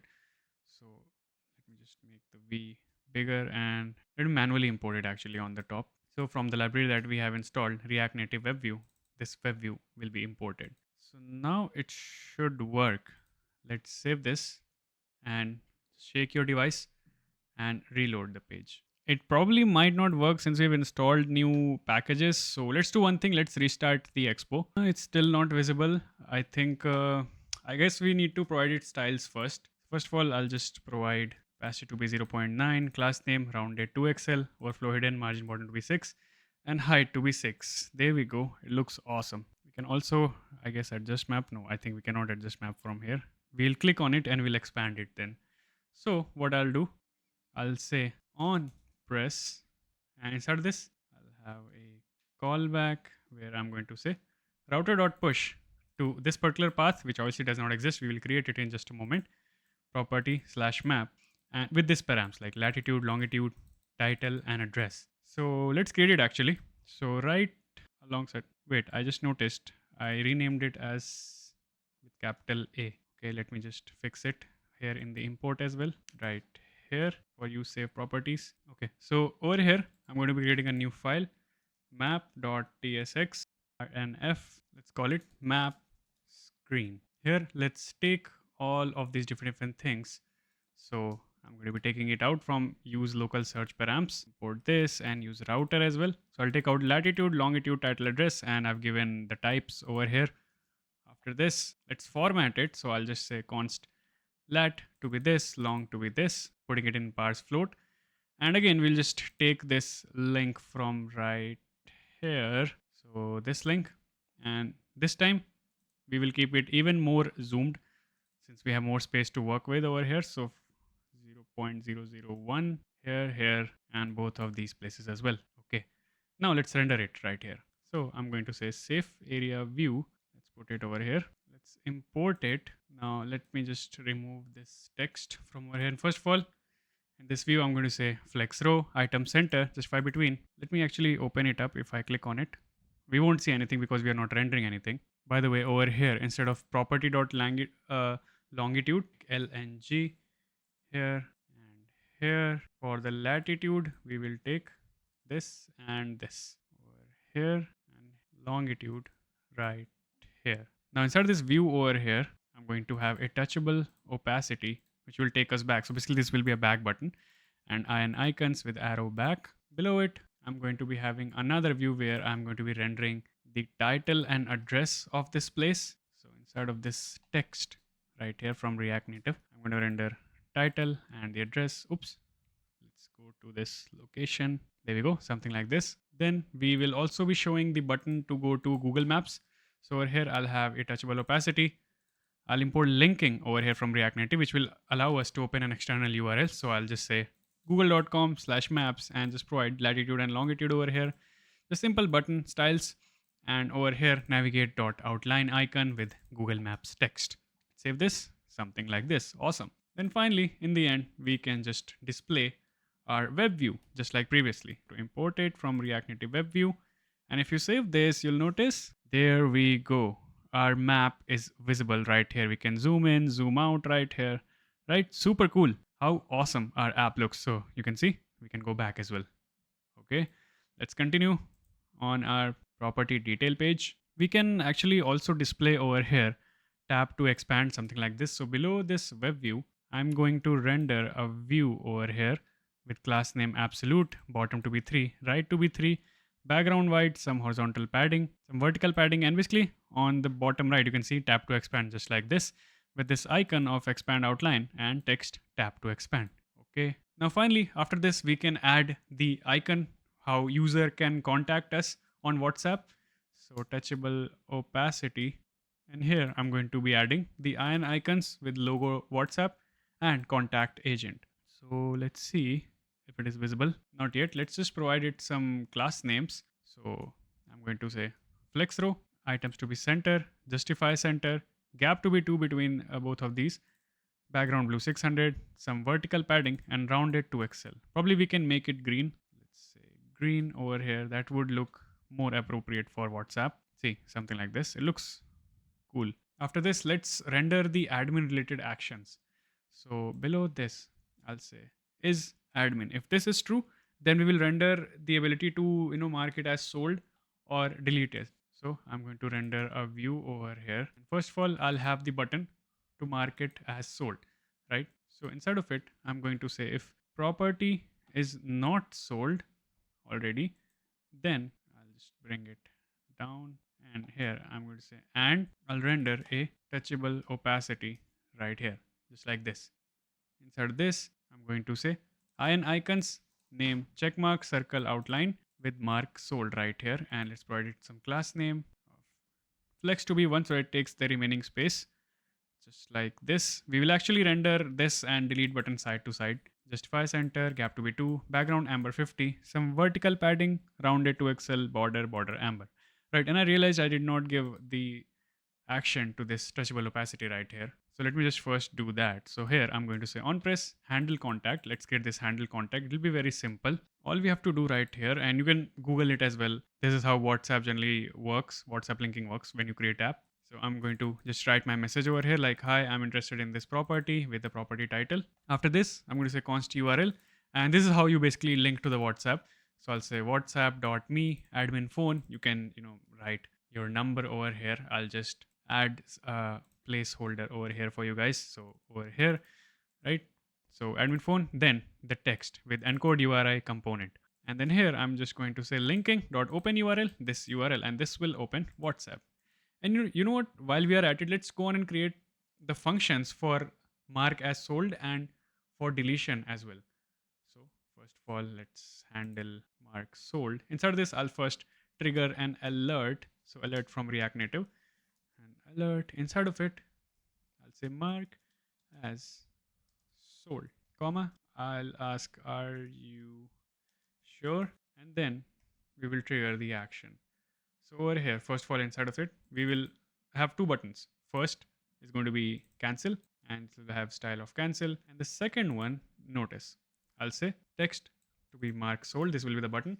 And on press, I'll trigger an async function with auth, like auth Supabase client from properties, and I'll update is sold to be true for that particular property. So say equals to this particular ID. And then finally in the end, I'll just set the property local state to is sold to be true, right? Similar to this, we will do it for handle delete as well. So right below it, I'm going to create handle delete. I'll say alert.alert, again, same thing, delete property, are you sure? With cancel, and inside of delete, style will be destructive. On press, I'll just say from properties, delete this particular ID. That's all, and we will route them to homepage. And yeah, I guess that's pretty much it. Let's go on and add both of these buttons. So first of all, for this mark sold, I'll say on press handle mark sold, and then I'll just duplicate this button, and we will do this for handle delete as well. So below this, and I'll say on press, this will be handle delete, flex one, flex row, item center, justify center, all the same stylings, except this will be background red to be 50, and over here as well, border red to be 200. For the icon and text, it's going to be trash outline and text red 500. You can see this mark sold right here, right? Looks awesome. Great. Now I guess the only thing remaining is for our image viewer to be added. That's going to be very straightforward. So right here, I'll say image viewing. So we have installed this package, right? So let me just import it on the top right here. I'll import image viewing from React Native image viewing, right? So inside of it, I'll simply say images property.images.map and provide the URI of all of the images, right? We're simply mapping it, and we're going to provide the active image index, like whichever image we click on over here, we want it to start from over there. Like if I clicked on over here, okay, so I haven't saved this. Let's save it. I'll say visible equals image viewer visible state right? When we click on it, and on request close will be when we click on this X over here. See, it's working fine. We can scroll it over here as well. We can even zoom the images, right? So it's working perfectly fine right now. And yeah, with that, we have successfully completed our property detail page. Everything is working fine as expected. If you click on this contact agent button, it will take you to WhatsApp directly. Amazing. Let's see this save, unsave. Great. So this is also working fine. All right, finally, now let's go on and start building our saved page as well. And we'll also fix all of these cards, which shows all of this saved state right here. So we don't want that. So if you go to the saved page, currently you'll only see this saved on the top right here. Let's go to the saved.tsx. And then inside of it, I'm going to be pasting it right here. Let's import this safe area view just like previously. And now we can see it right below it. Let's just add the header first. So for this view, I'm going to provide some class name, some horizontal padding, vertical padding, and padding bottom of 3. And inside of this, we will have this text, which will say saved. And we will give this some class name of text to Excel, font bold, and text gray 900. Yep, just like this. Below it, we can show how many properties have we saved over here, right? So what we can do, we can just fetch it first. So on the top, I'll take a few hooks right here, like use auth, use Supabase, that one we created for authentication calls, authenticated calls, and use router, right? Below it, we can take two states over here, saved and loading. So saved will take saved properties, which will include ID, property ID, and the actual property, right? So let's import this, and this will be an array, obviously. Then also the loading as well. Now below it, we can simply fetch it just the way we've been using up until this point, but we will also use callback over here so that we only fetch it whenever it is updated, right? So let me just import use callback, and this will only change if user ID changes. Okay, let's just fetch. If user ID is not there, then we're going to return. Otherwise, we're going to start the loading, and then we can make our API call. So basically auth supabase dot from saved properties table. This is what we want. We need to select the ID, property ID, and all the properties related to that particular user. So I'll say dot equals user clerk ID and provide this user ID, and we'll order it according to the ID in the ascending order. Then after we've got all of these saved properties, we can just assign it to our state. So I'm going to say set saved data as unknown as saved property, right? It can be either of these, like it can be empty as well, right? So I'm going to say question mark. This one is for if it's not, if it's false, then it's going to go fallback on this, and set loading to false in the end. Okay, then let's call it. So I'll add use focus effect over here. So whenever we open this, then this will be triggered. So I'll say use focus effect along with use callback, and I'll call this fetch saved inside of it. Okay, I think, yeah, that should do it. Let's just open saved right here. Now below this saved text, I'm going to check if the loading is not going on, then I'm going to render a text which will say saved.length. That is how many properties have been saved over here. If it's equals to 1, then I'll just say property else properties, plural. So something like this. Nice. Now below this view, I'll again check for loading so that we can show a loading indicator right here. Like we can just show an activity indicator over here, right? Or we will render a flat list. Let's import. It's not importing. Let me just write it like this. And here I'll just take a view. Now we can import flat list from React Native. Inside this view, I can add the activity indicator. Let's import it for showing the loading. Size large and color to be this. View can be class name. Flex to be 1 so that it takes all of the available space, item center, and justify center. So let's try going in on this. Yes, you would have seen there was some sort of loading going on right here for a split second there. Inside this flat list, let's just provide the data, which is going to be the saved array. We will also take the key right here. So item.id, some styles like padding 20, padding bottom of 100. We don't want to show vertical scroll indicator, so that will be false. And then we can render the item right here, right? So I'll take the item, I'll destructure it over here. And then inside of it, we will simply render our property card right here.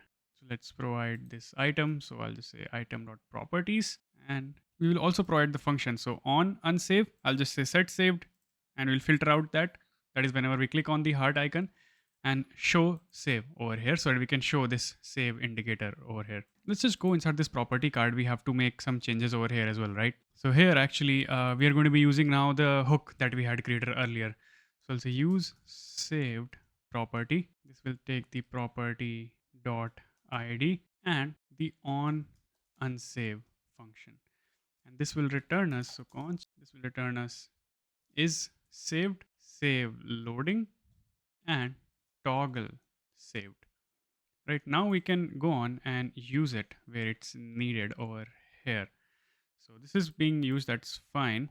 Over here in the touchable opacity, I'll just simply add on press to be toggle save and disabled if the save loading is going on. So let's try it out. Yep, we can see all of them right here. If I click on this, okay, we have not saved it. Let's just save it first. Yep, now let's try it out. If I heart it, yes, it is saved. Awesome. We can see it right here inside of our saved page.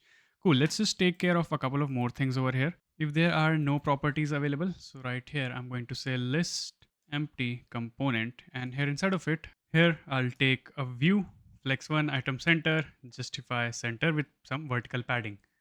And first of all, I'll take an icon. So from I and icons, I'm going to be taking heart outline. So actually, let me just make this null over here for now so that we can check what we see. Yes, we can see this heart icon.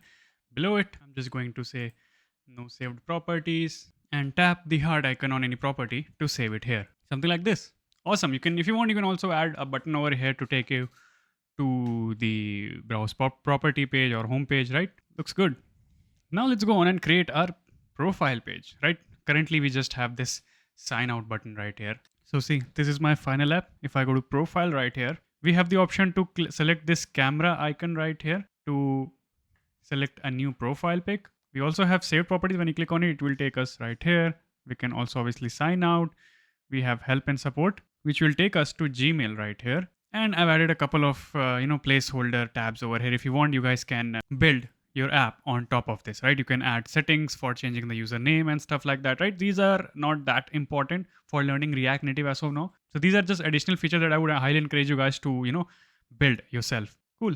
Let's start building it. All right. So inside of our current app, let's go to profile.tsx right here. Now, one thing that we need to install right here is Expo image picker for, picking the image basically.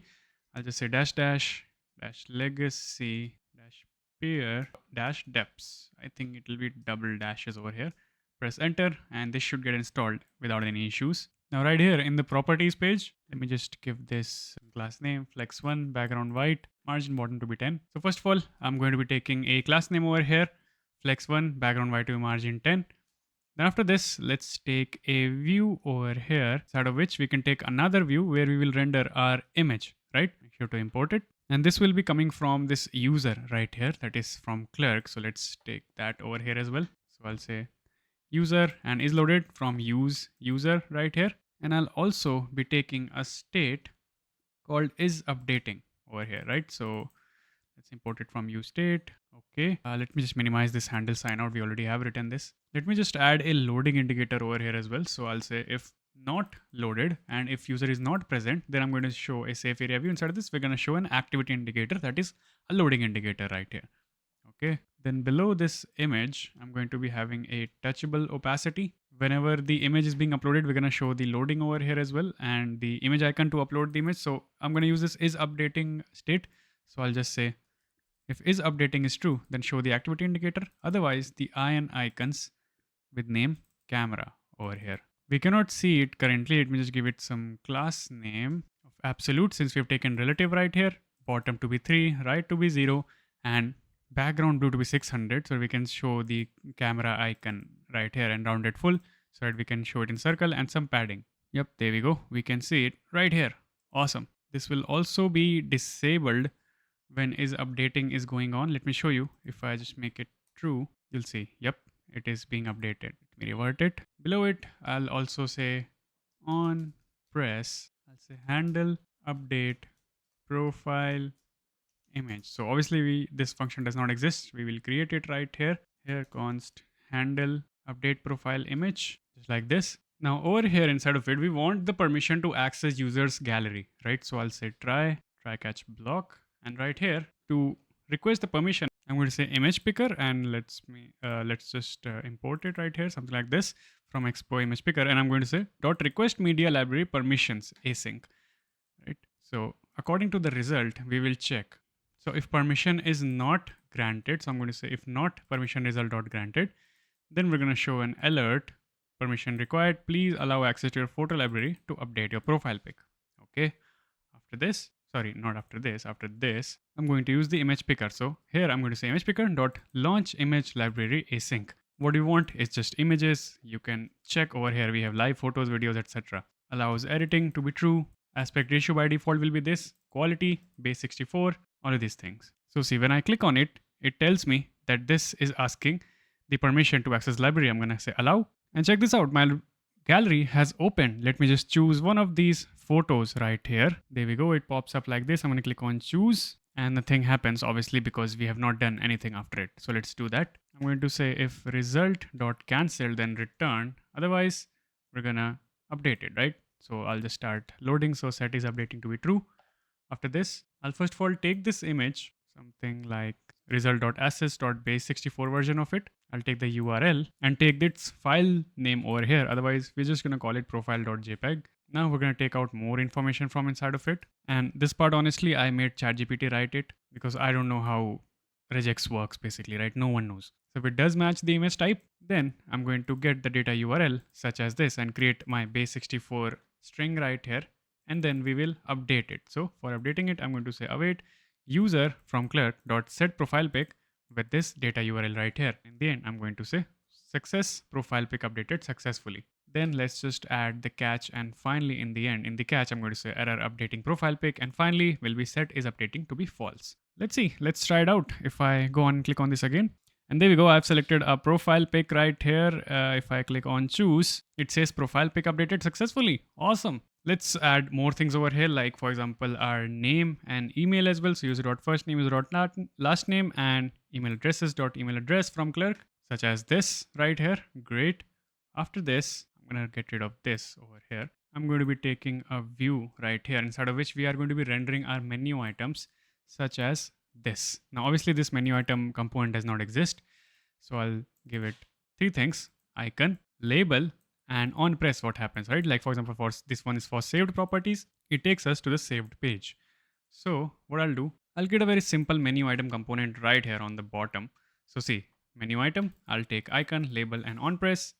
I've provided the types to it, and inside of it, let me just bring it in real quick. It's pretty straightforward. I'll just say touchable opacity, on press will perform on press action, class name, flex row item center, gap 4, some background gray, and some horizontal and vertical padding, right, with rounded to XL. The icon, text, and the icon as well for this arrow right here, right? So pretty straightforward.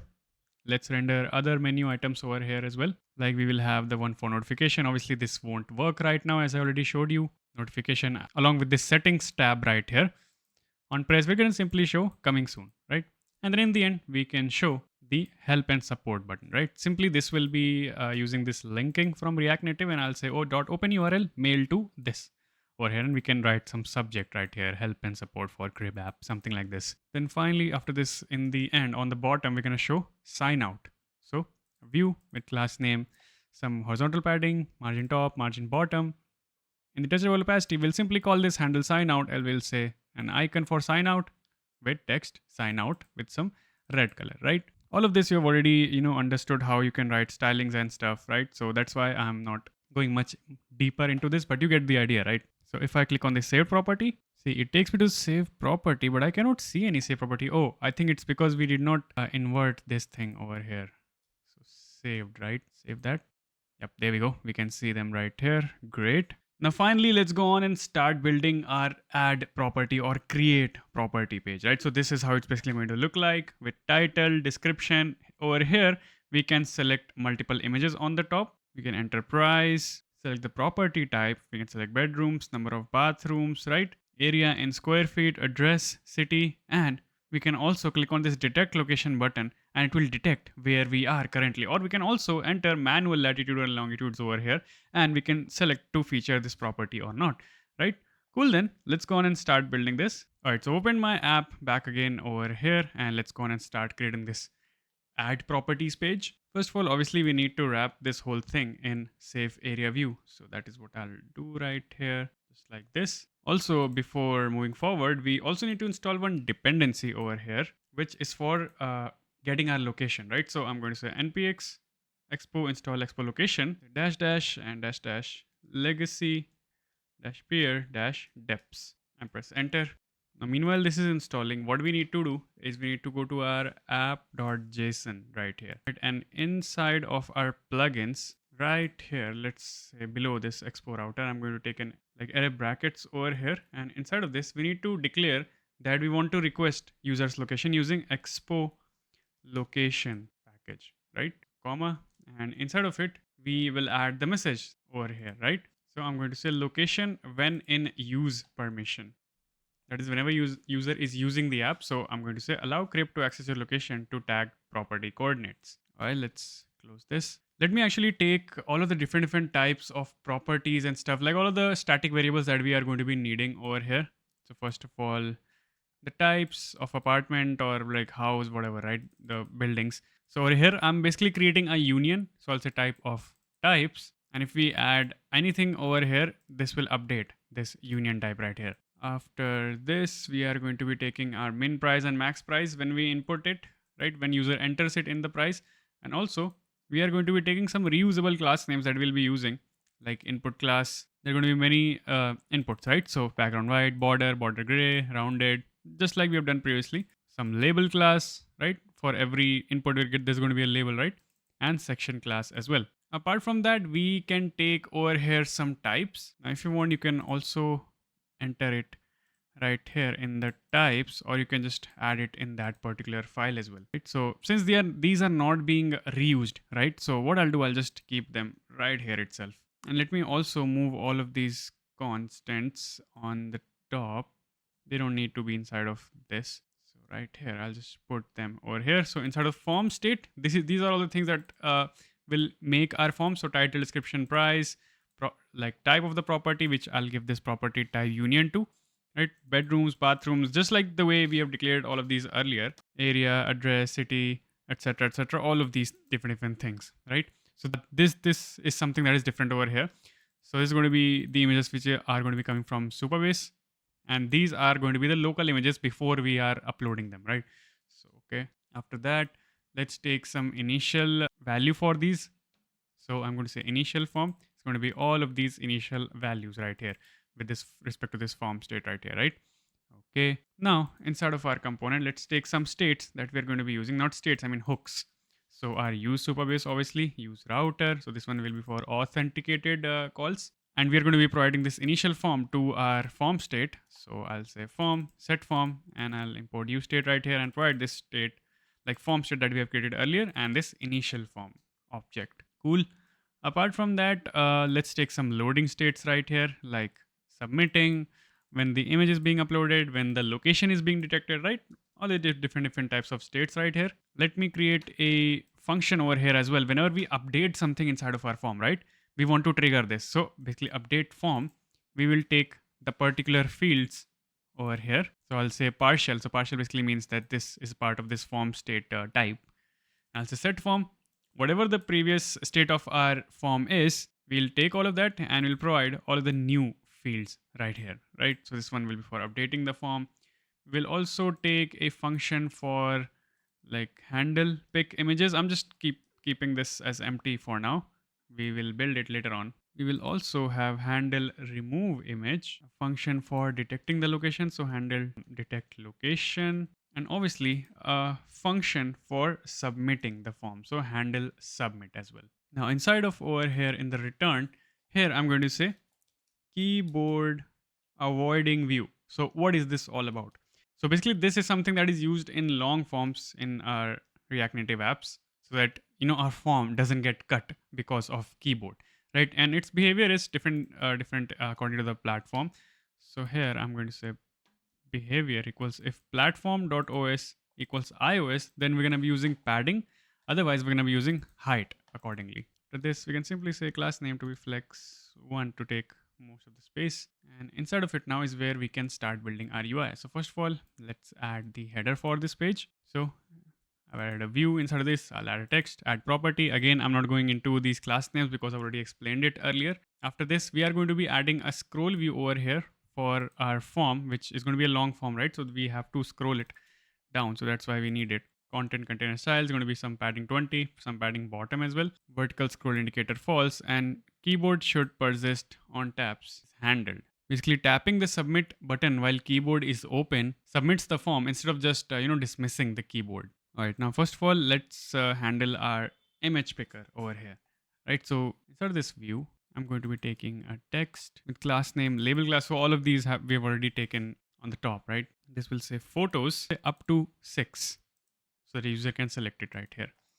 Below it, we will have a view inside of which we can render all the locally selected images over here, for which we will be doing a map through form.localimages.map right here, something like this. So for now, since we don't have any image upload functionality, I'll just put a view over here with class name relative and key to be index, something like this.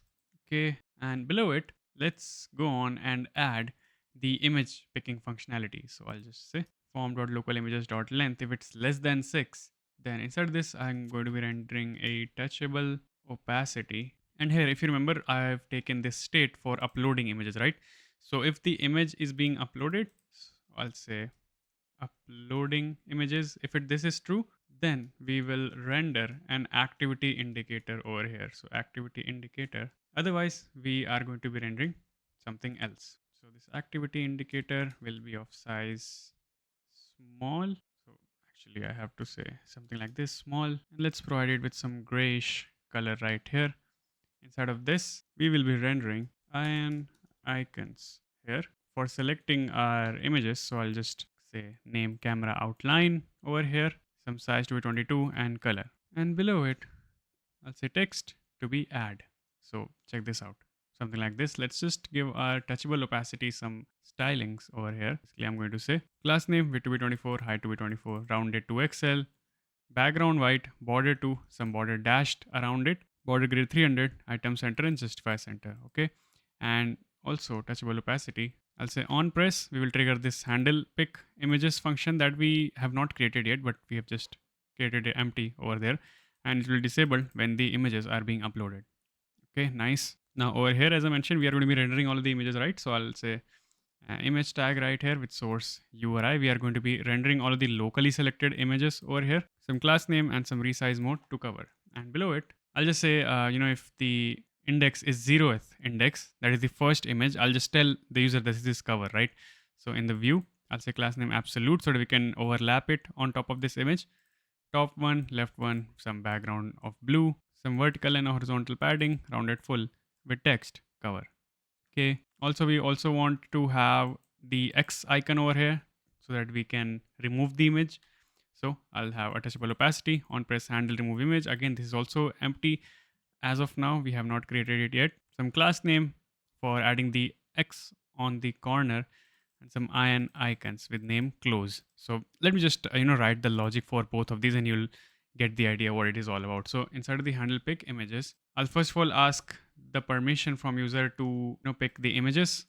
So just like we did in profile page as well. So let me just import this over here. We can also import the location. By the way, these do not get auto imported for some reason. I don't know why. So image picker. After this, I'm going to check if the permission is granted or not. So if permission is not granted, I'm going to use alert.alert and just tell user that please allow access to your photo library. After this, again, just like previously, we are going to say await image picker dot launch image library async. Now in this case, we will allow multiple selection. Media type will be image. Again, this time quality 0.7, some base 64 to be true. Selection limit can be 6.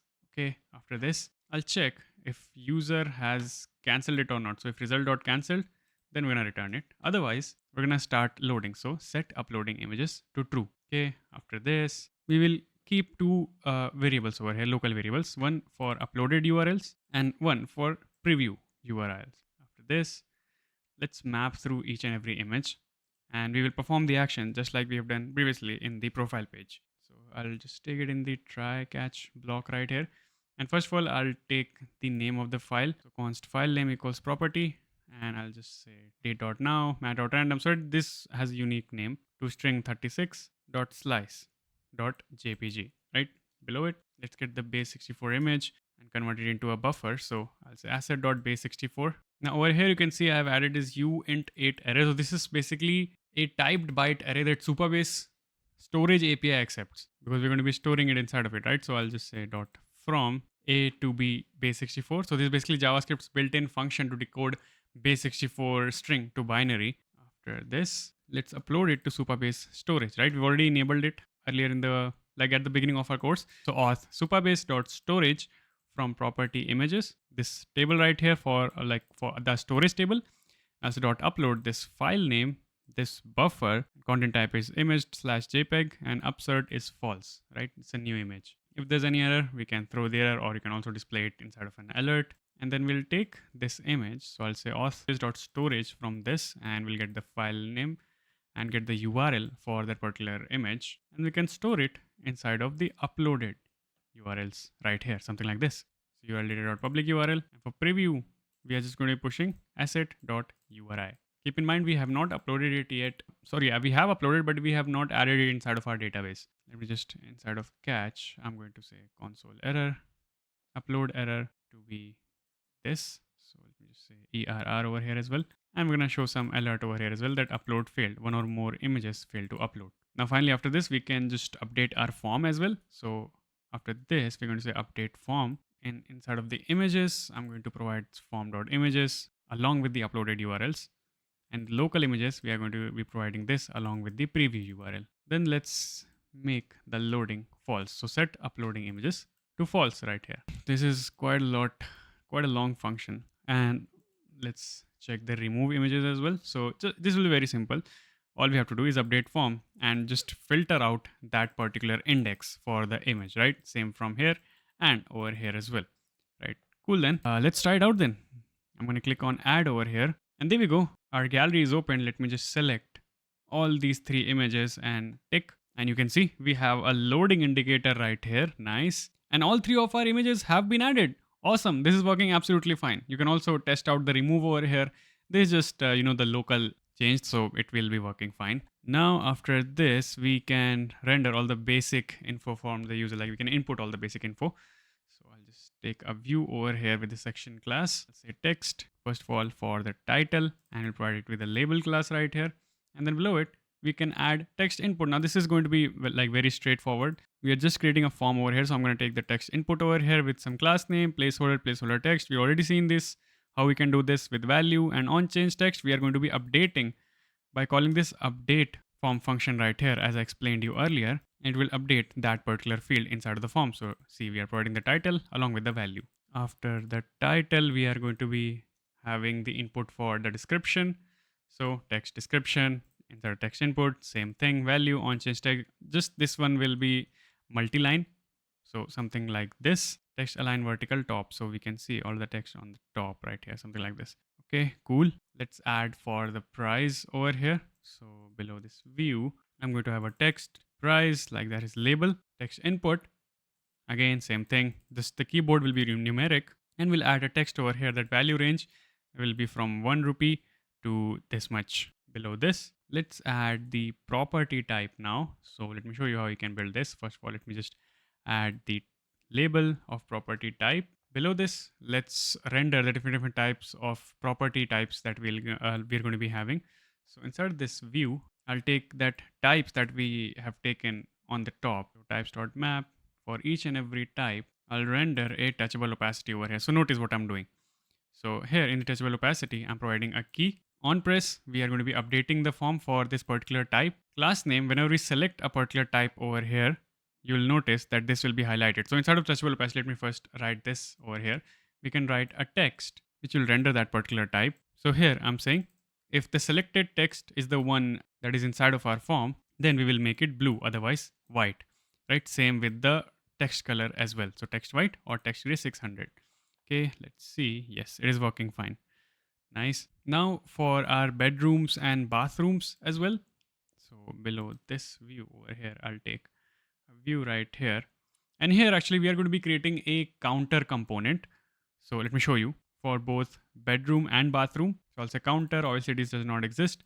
I'll provide it the label of that thing, like if it's bedroom or bathroom, the value, and on change. So these are specifically the type where we will, press +1 or -1 to increment or decrement the value. So let me just create this component right here at itself actually. It's a const counter. This will take all of these three things as I showed you along with the types.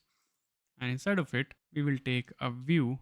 And inside of this view, first of all, let's render the label for this one. So you'll notice, yes, we can see bathrooms and bedrooms right here. Below this, I'll render another view which will render the touchable opacity for both. Like this one will have +1 and -1 over here. So flex row, item center, some background white, border, rounded to XL, overflow hidden. And here, I'll say touchable opacity. On press, we are going to say math.max, whichever value is more, 1 or value -1, whatever the value is when we decrement it, right? That will be the minimum value over here, right? So this is basically for the minimum value so that it does not go below 1, right? That's why we're using math.max over here. Inside this, let's just use the icons, name remove, size 18, color this. Similar to this, we can take the plus icon as well. So name add over here. On change, value +1. And then below these, I'll be rendering the actual value, the current value. So inside of text, I'm going to render the value, which will come from right here. So see, something like this. If we press this, yes, this is working fine. Both of them are working fine. Cool. Okay, let's get back right here. Now another field that we had, I think it was area square feet, right? So we're gonna have view, text, label, right? Text input. This one is going to be for area square feet. Update the form with this. Again, same thing with keyboard numeric. Below this view, now we have to render the location, right? Actually, before location, we have some more fields like address, city, etc. Right? So, okay, let's just render those one by one. So first of all, for the address, something like this. Again, same thing, form.address, and here as well, update form. Below this, we are going to be having for the city as well, same thing. We're just gonna put city, form.city, and city over here as well. Okay, now below it is where we are going to be having the location detection. Now after this, we are going to get our coordinates by fetching the location. So inside this view, I'll have another view right here where first of all, I'll render the label of coordinates. Below it, I'm going to render a touchable opacity, which will render our button for detecting the location. So we've created this handle detect location, right? This is empty currently. It'll be disabled when the detecting location state is true. And inside this touchable opacity, I'm going to check if the location is being detected, then we're going to show the activity indicator, otherwise the icon of locate outline. And below it, I'm going to show a text right here. If the location is being detected, I'm going to say detecting, otherwise detect location. Okay, great. So below this now, what we want to render is the inputs, right? So also I can see there's some issue right here. So there's this view, the text, and this will opacity. I think we need to put this text inside of this button, right? So they are together just like this. Yes. Okay, inside this view, let's render both of our inputs for adding the longitude and latitude. So first of all, we are going to be rendering the latitude. Again, same thing, we're going to be adding it inside of our form. Below it, I'm going to be having another view right here. This one will be for longitude. Again, same changes right here. And keyboard type is numeric for both of these. All right, let's go on and write the logic for this handle detect location right here. So first of all, I'll set detecting location to true. I'll have a try catch block right here. And first of all, I'll request the user for location permission. So await location dot this. Make sure that you have imported, let's see, okay, it's gone, I think. Import star as location from Expo location, just like this. After this, once we've got the location, or actually if we have not got it, so I'll say if status is not equal to granted, then I'm going to say permission denied. Location permission is required. Okay, after this, I'm going to say await location.get current position async, and I'll say location.accuracy.balance. So it actually gives us high, highest, best for navigation, different things. We want balanced over here. After this, I'll just update the form with our latitude and longitude right here, right? And inside of the catch, I'm going to render an alert, could not detect location, enter manually. And finally, we can stop loading. So set detecting location to false. So let's try it out. If I click on detect location, it will ask me for the permission. Let's allow it. And you can see detecting right here. And yep, I got my location right here. Obviously, I've changed this number. I don't want to give out my location right here. So yeah, but it was working fine. Great. So now after location over here, we are going to be having a toggle or radio button for is featured. So I'll say view, I'll say toggle, label to be featured property. So this toggle will be a different component that we'll create right here. Description, some value, and on change, we're going to be updating it using update form just like previously. Let's get this toggle right here. So I'm going to say const toggle right here with label, value, on change, and description as I showed you right here. And inside of this will basically be a button, right? Like a radio button. So I'll take a touchable opacity on press. It will invert the value that we are providing right here. Class name, flex row item center, justify between, and some padding with rounded to XL and border, right? If it is selected, we're gonna make the background blue, otherwise background white. Inside of touchable opacity, I'm gonna add a view right here where we can render the text, which is going to be the label. Below it, I'm going to render the description if it's provided, something like this. So description. So you can see something like this. And then I'm going to be displaying a view over here, which will act like a radio button. So width 6 and height 6. So circle, rounded full, border 2, and items to be center, right? We justify center vertically. If it has been selected, then I'm going to show it blue, otherwise gray right here. See, check this out. If I click on it, it is being selected over here. Great. Awesome. So all of these things have been done. Now we have to create our submit button. But actually before that, let me do one thing. Let me just write out the logic of submitting our form as well, right? So this one's going to be pretty straightforward. We will validate all of the fields first. So first of all, like for example, title and price. We will check price even further by checking if it falls between the range, right? So we've taken minimum price and maximum price. So if it is below that, it must be greater than 0. If it's more than the maximum price cannot exceed the maximum price, right? Okay. After this, we're gonna check few more things like address, city, and if user has uploaded any image or not. If all of this is fine, then I'm going to say set submitting to true. And after that, we are going to be making a call to Supabase to insert it, right? So see, it's going to be a long query. Something like this, or supabase.from properties page, and I'm going to say .insert with all of these different values that we have taken from our form, and we'll take out the error from inside of it. If there's any error, we're gonna throw it. So first of all, I'll just say set submitting to false. If there's any error, I'll just say failed to create property, please try again. After this, I'll just reset my form. So I'll say set form to be initial form. Then we can just throw the error, the alert of success. So success, property listed successfully, and then we'll route the user to the home page, right? That's pretty much it. Let's go on and create a button so that we can submit our form. So over here, just like previously, we will create a elevated button over here. Actually, this is counter, my bad. It will be right here. So above this scroll view, I'll just say touchable opacity. On press will trigger this handle submit. It will be disabled if submitting or uploading images going on, some class name and some style of our shadow that we have applied previously.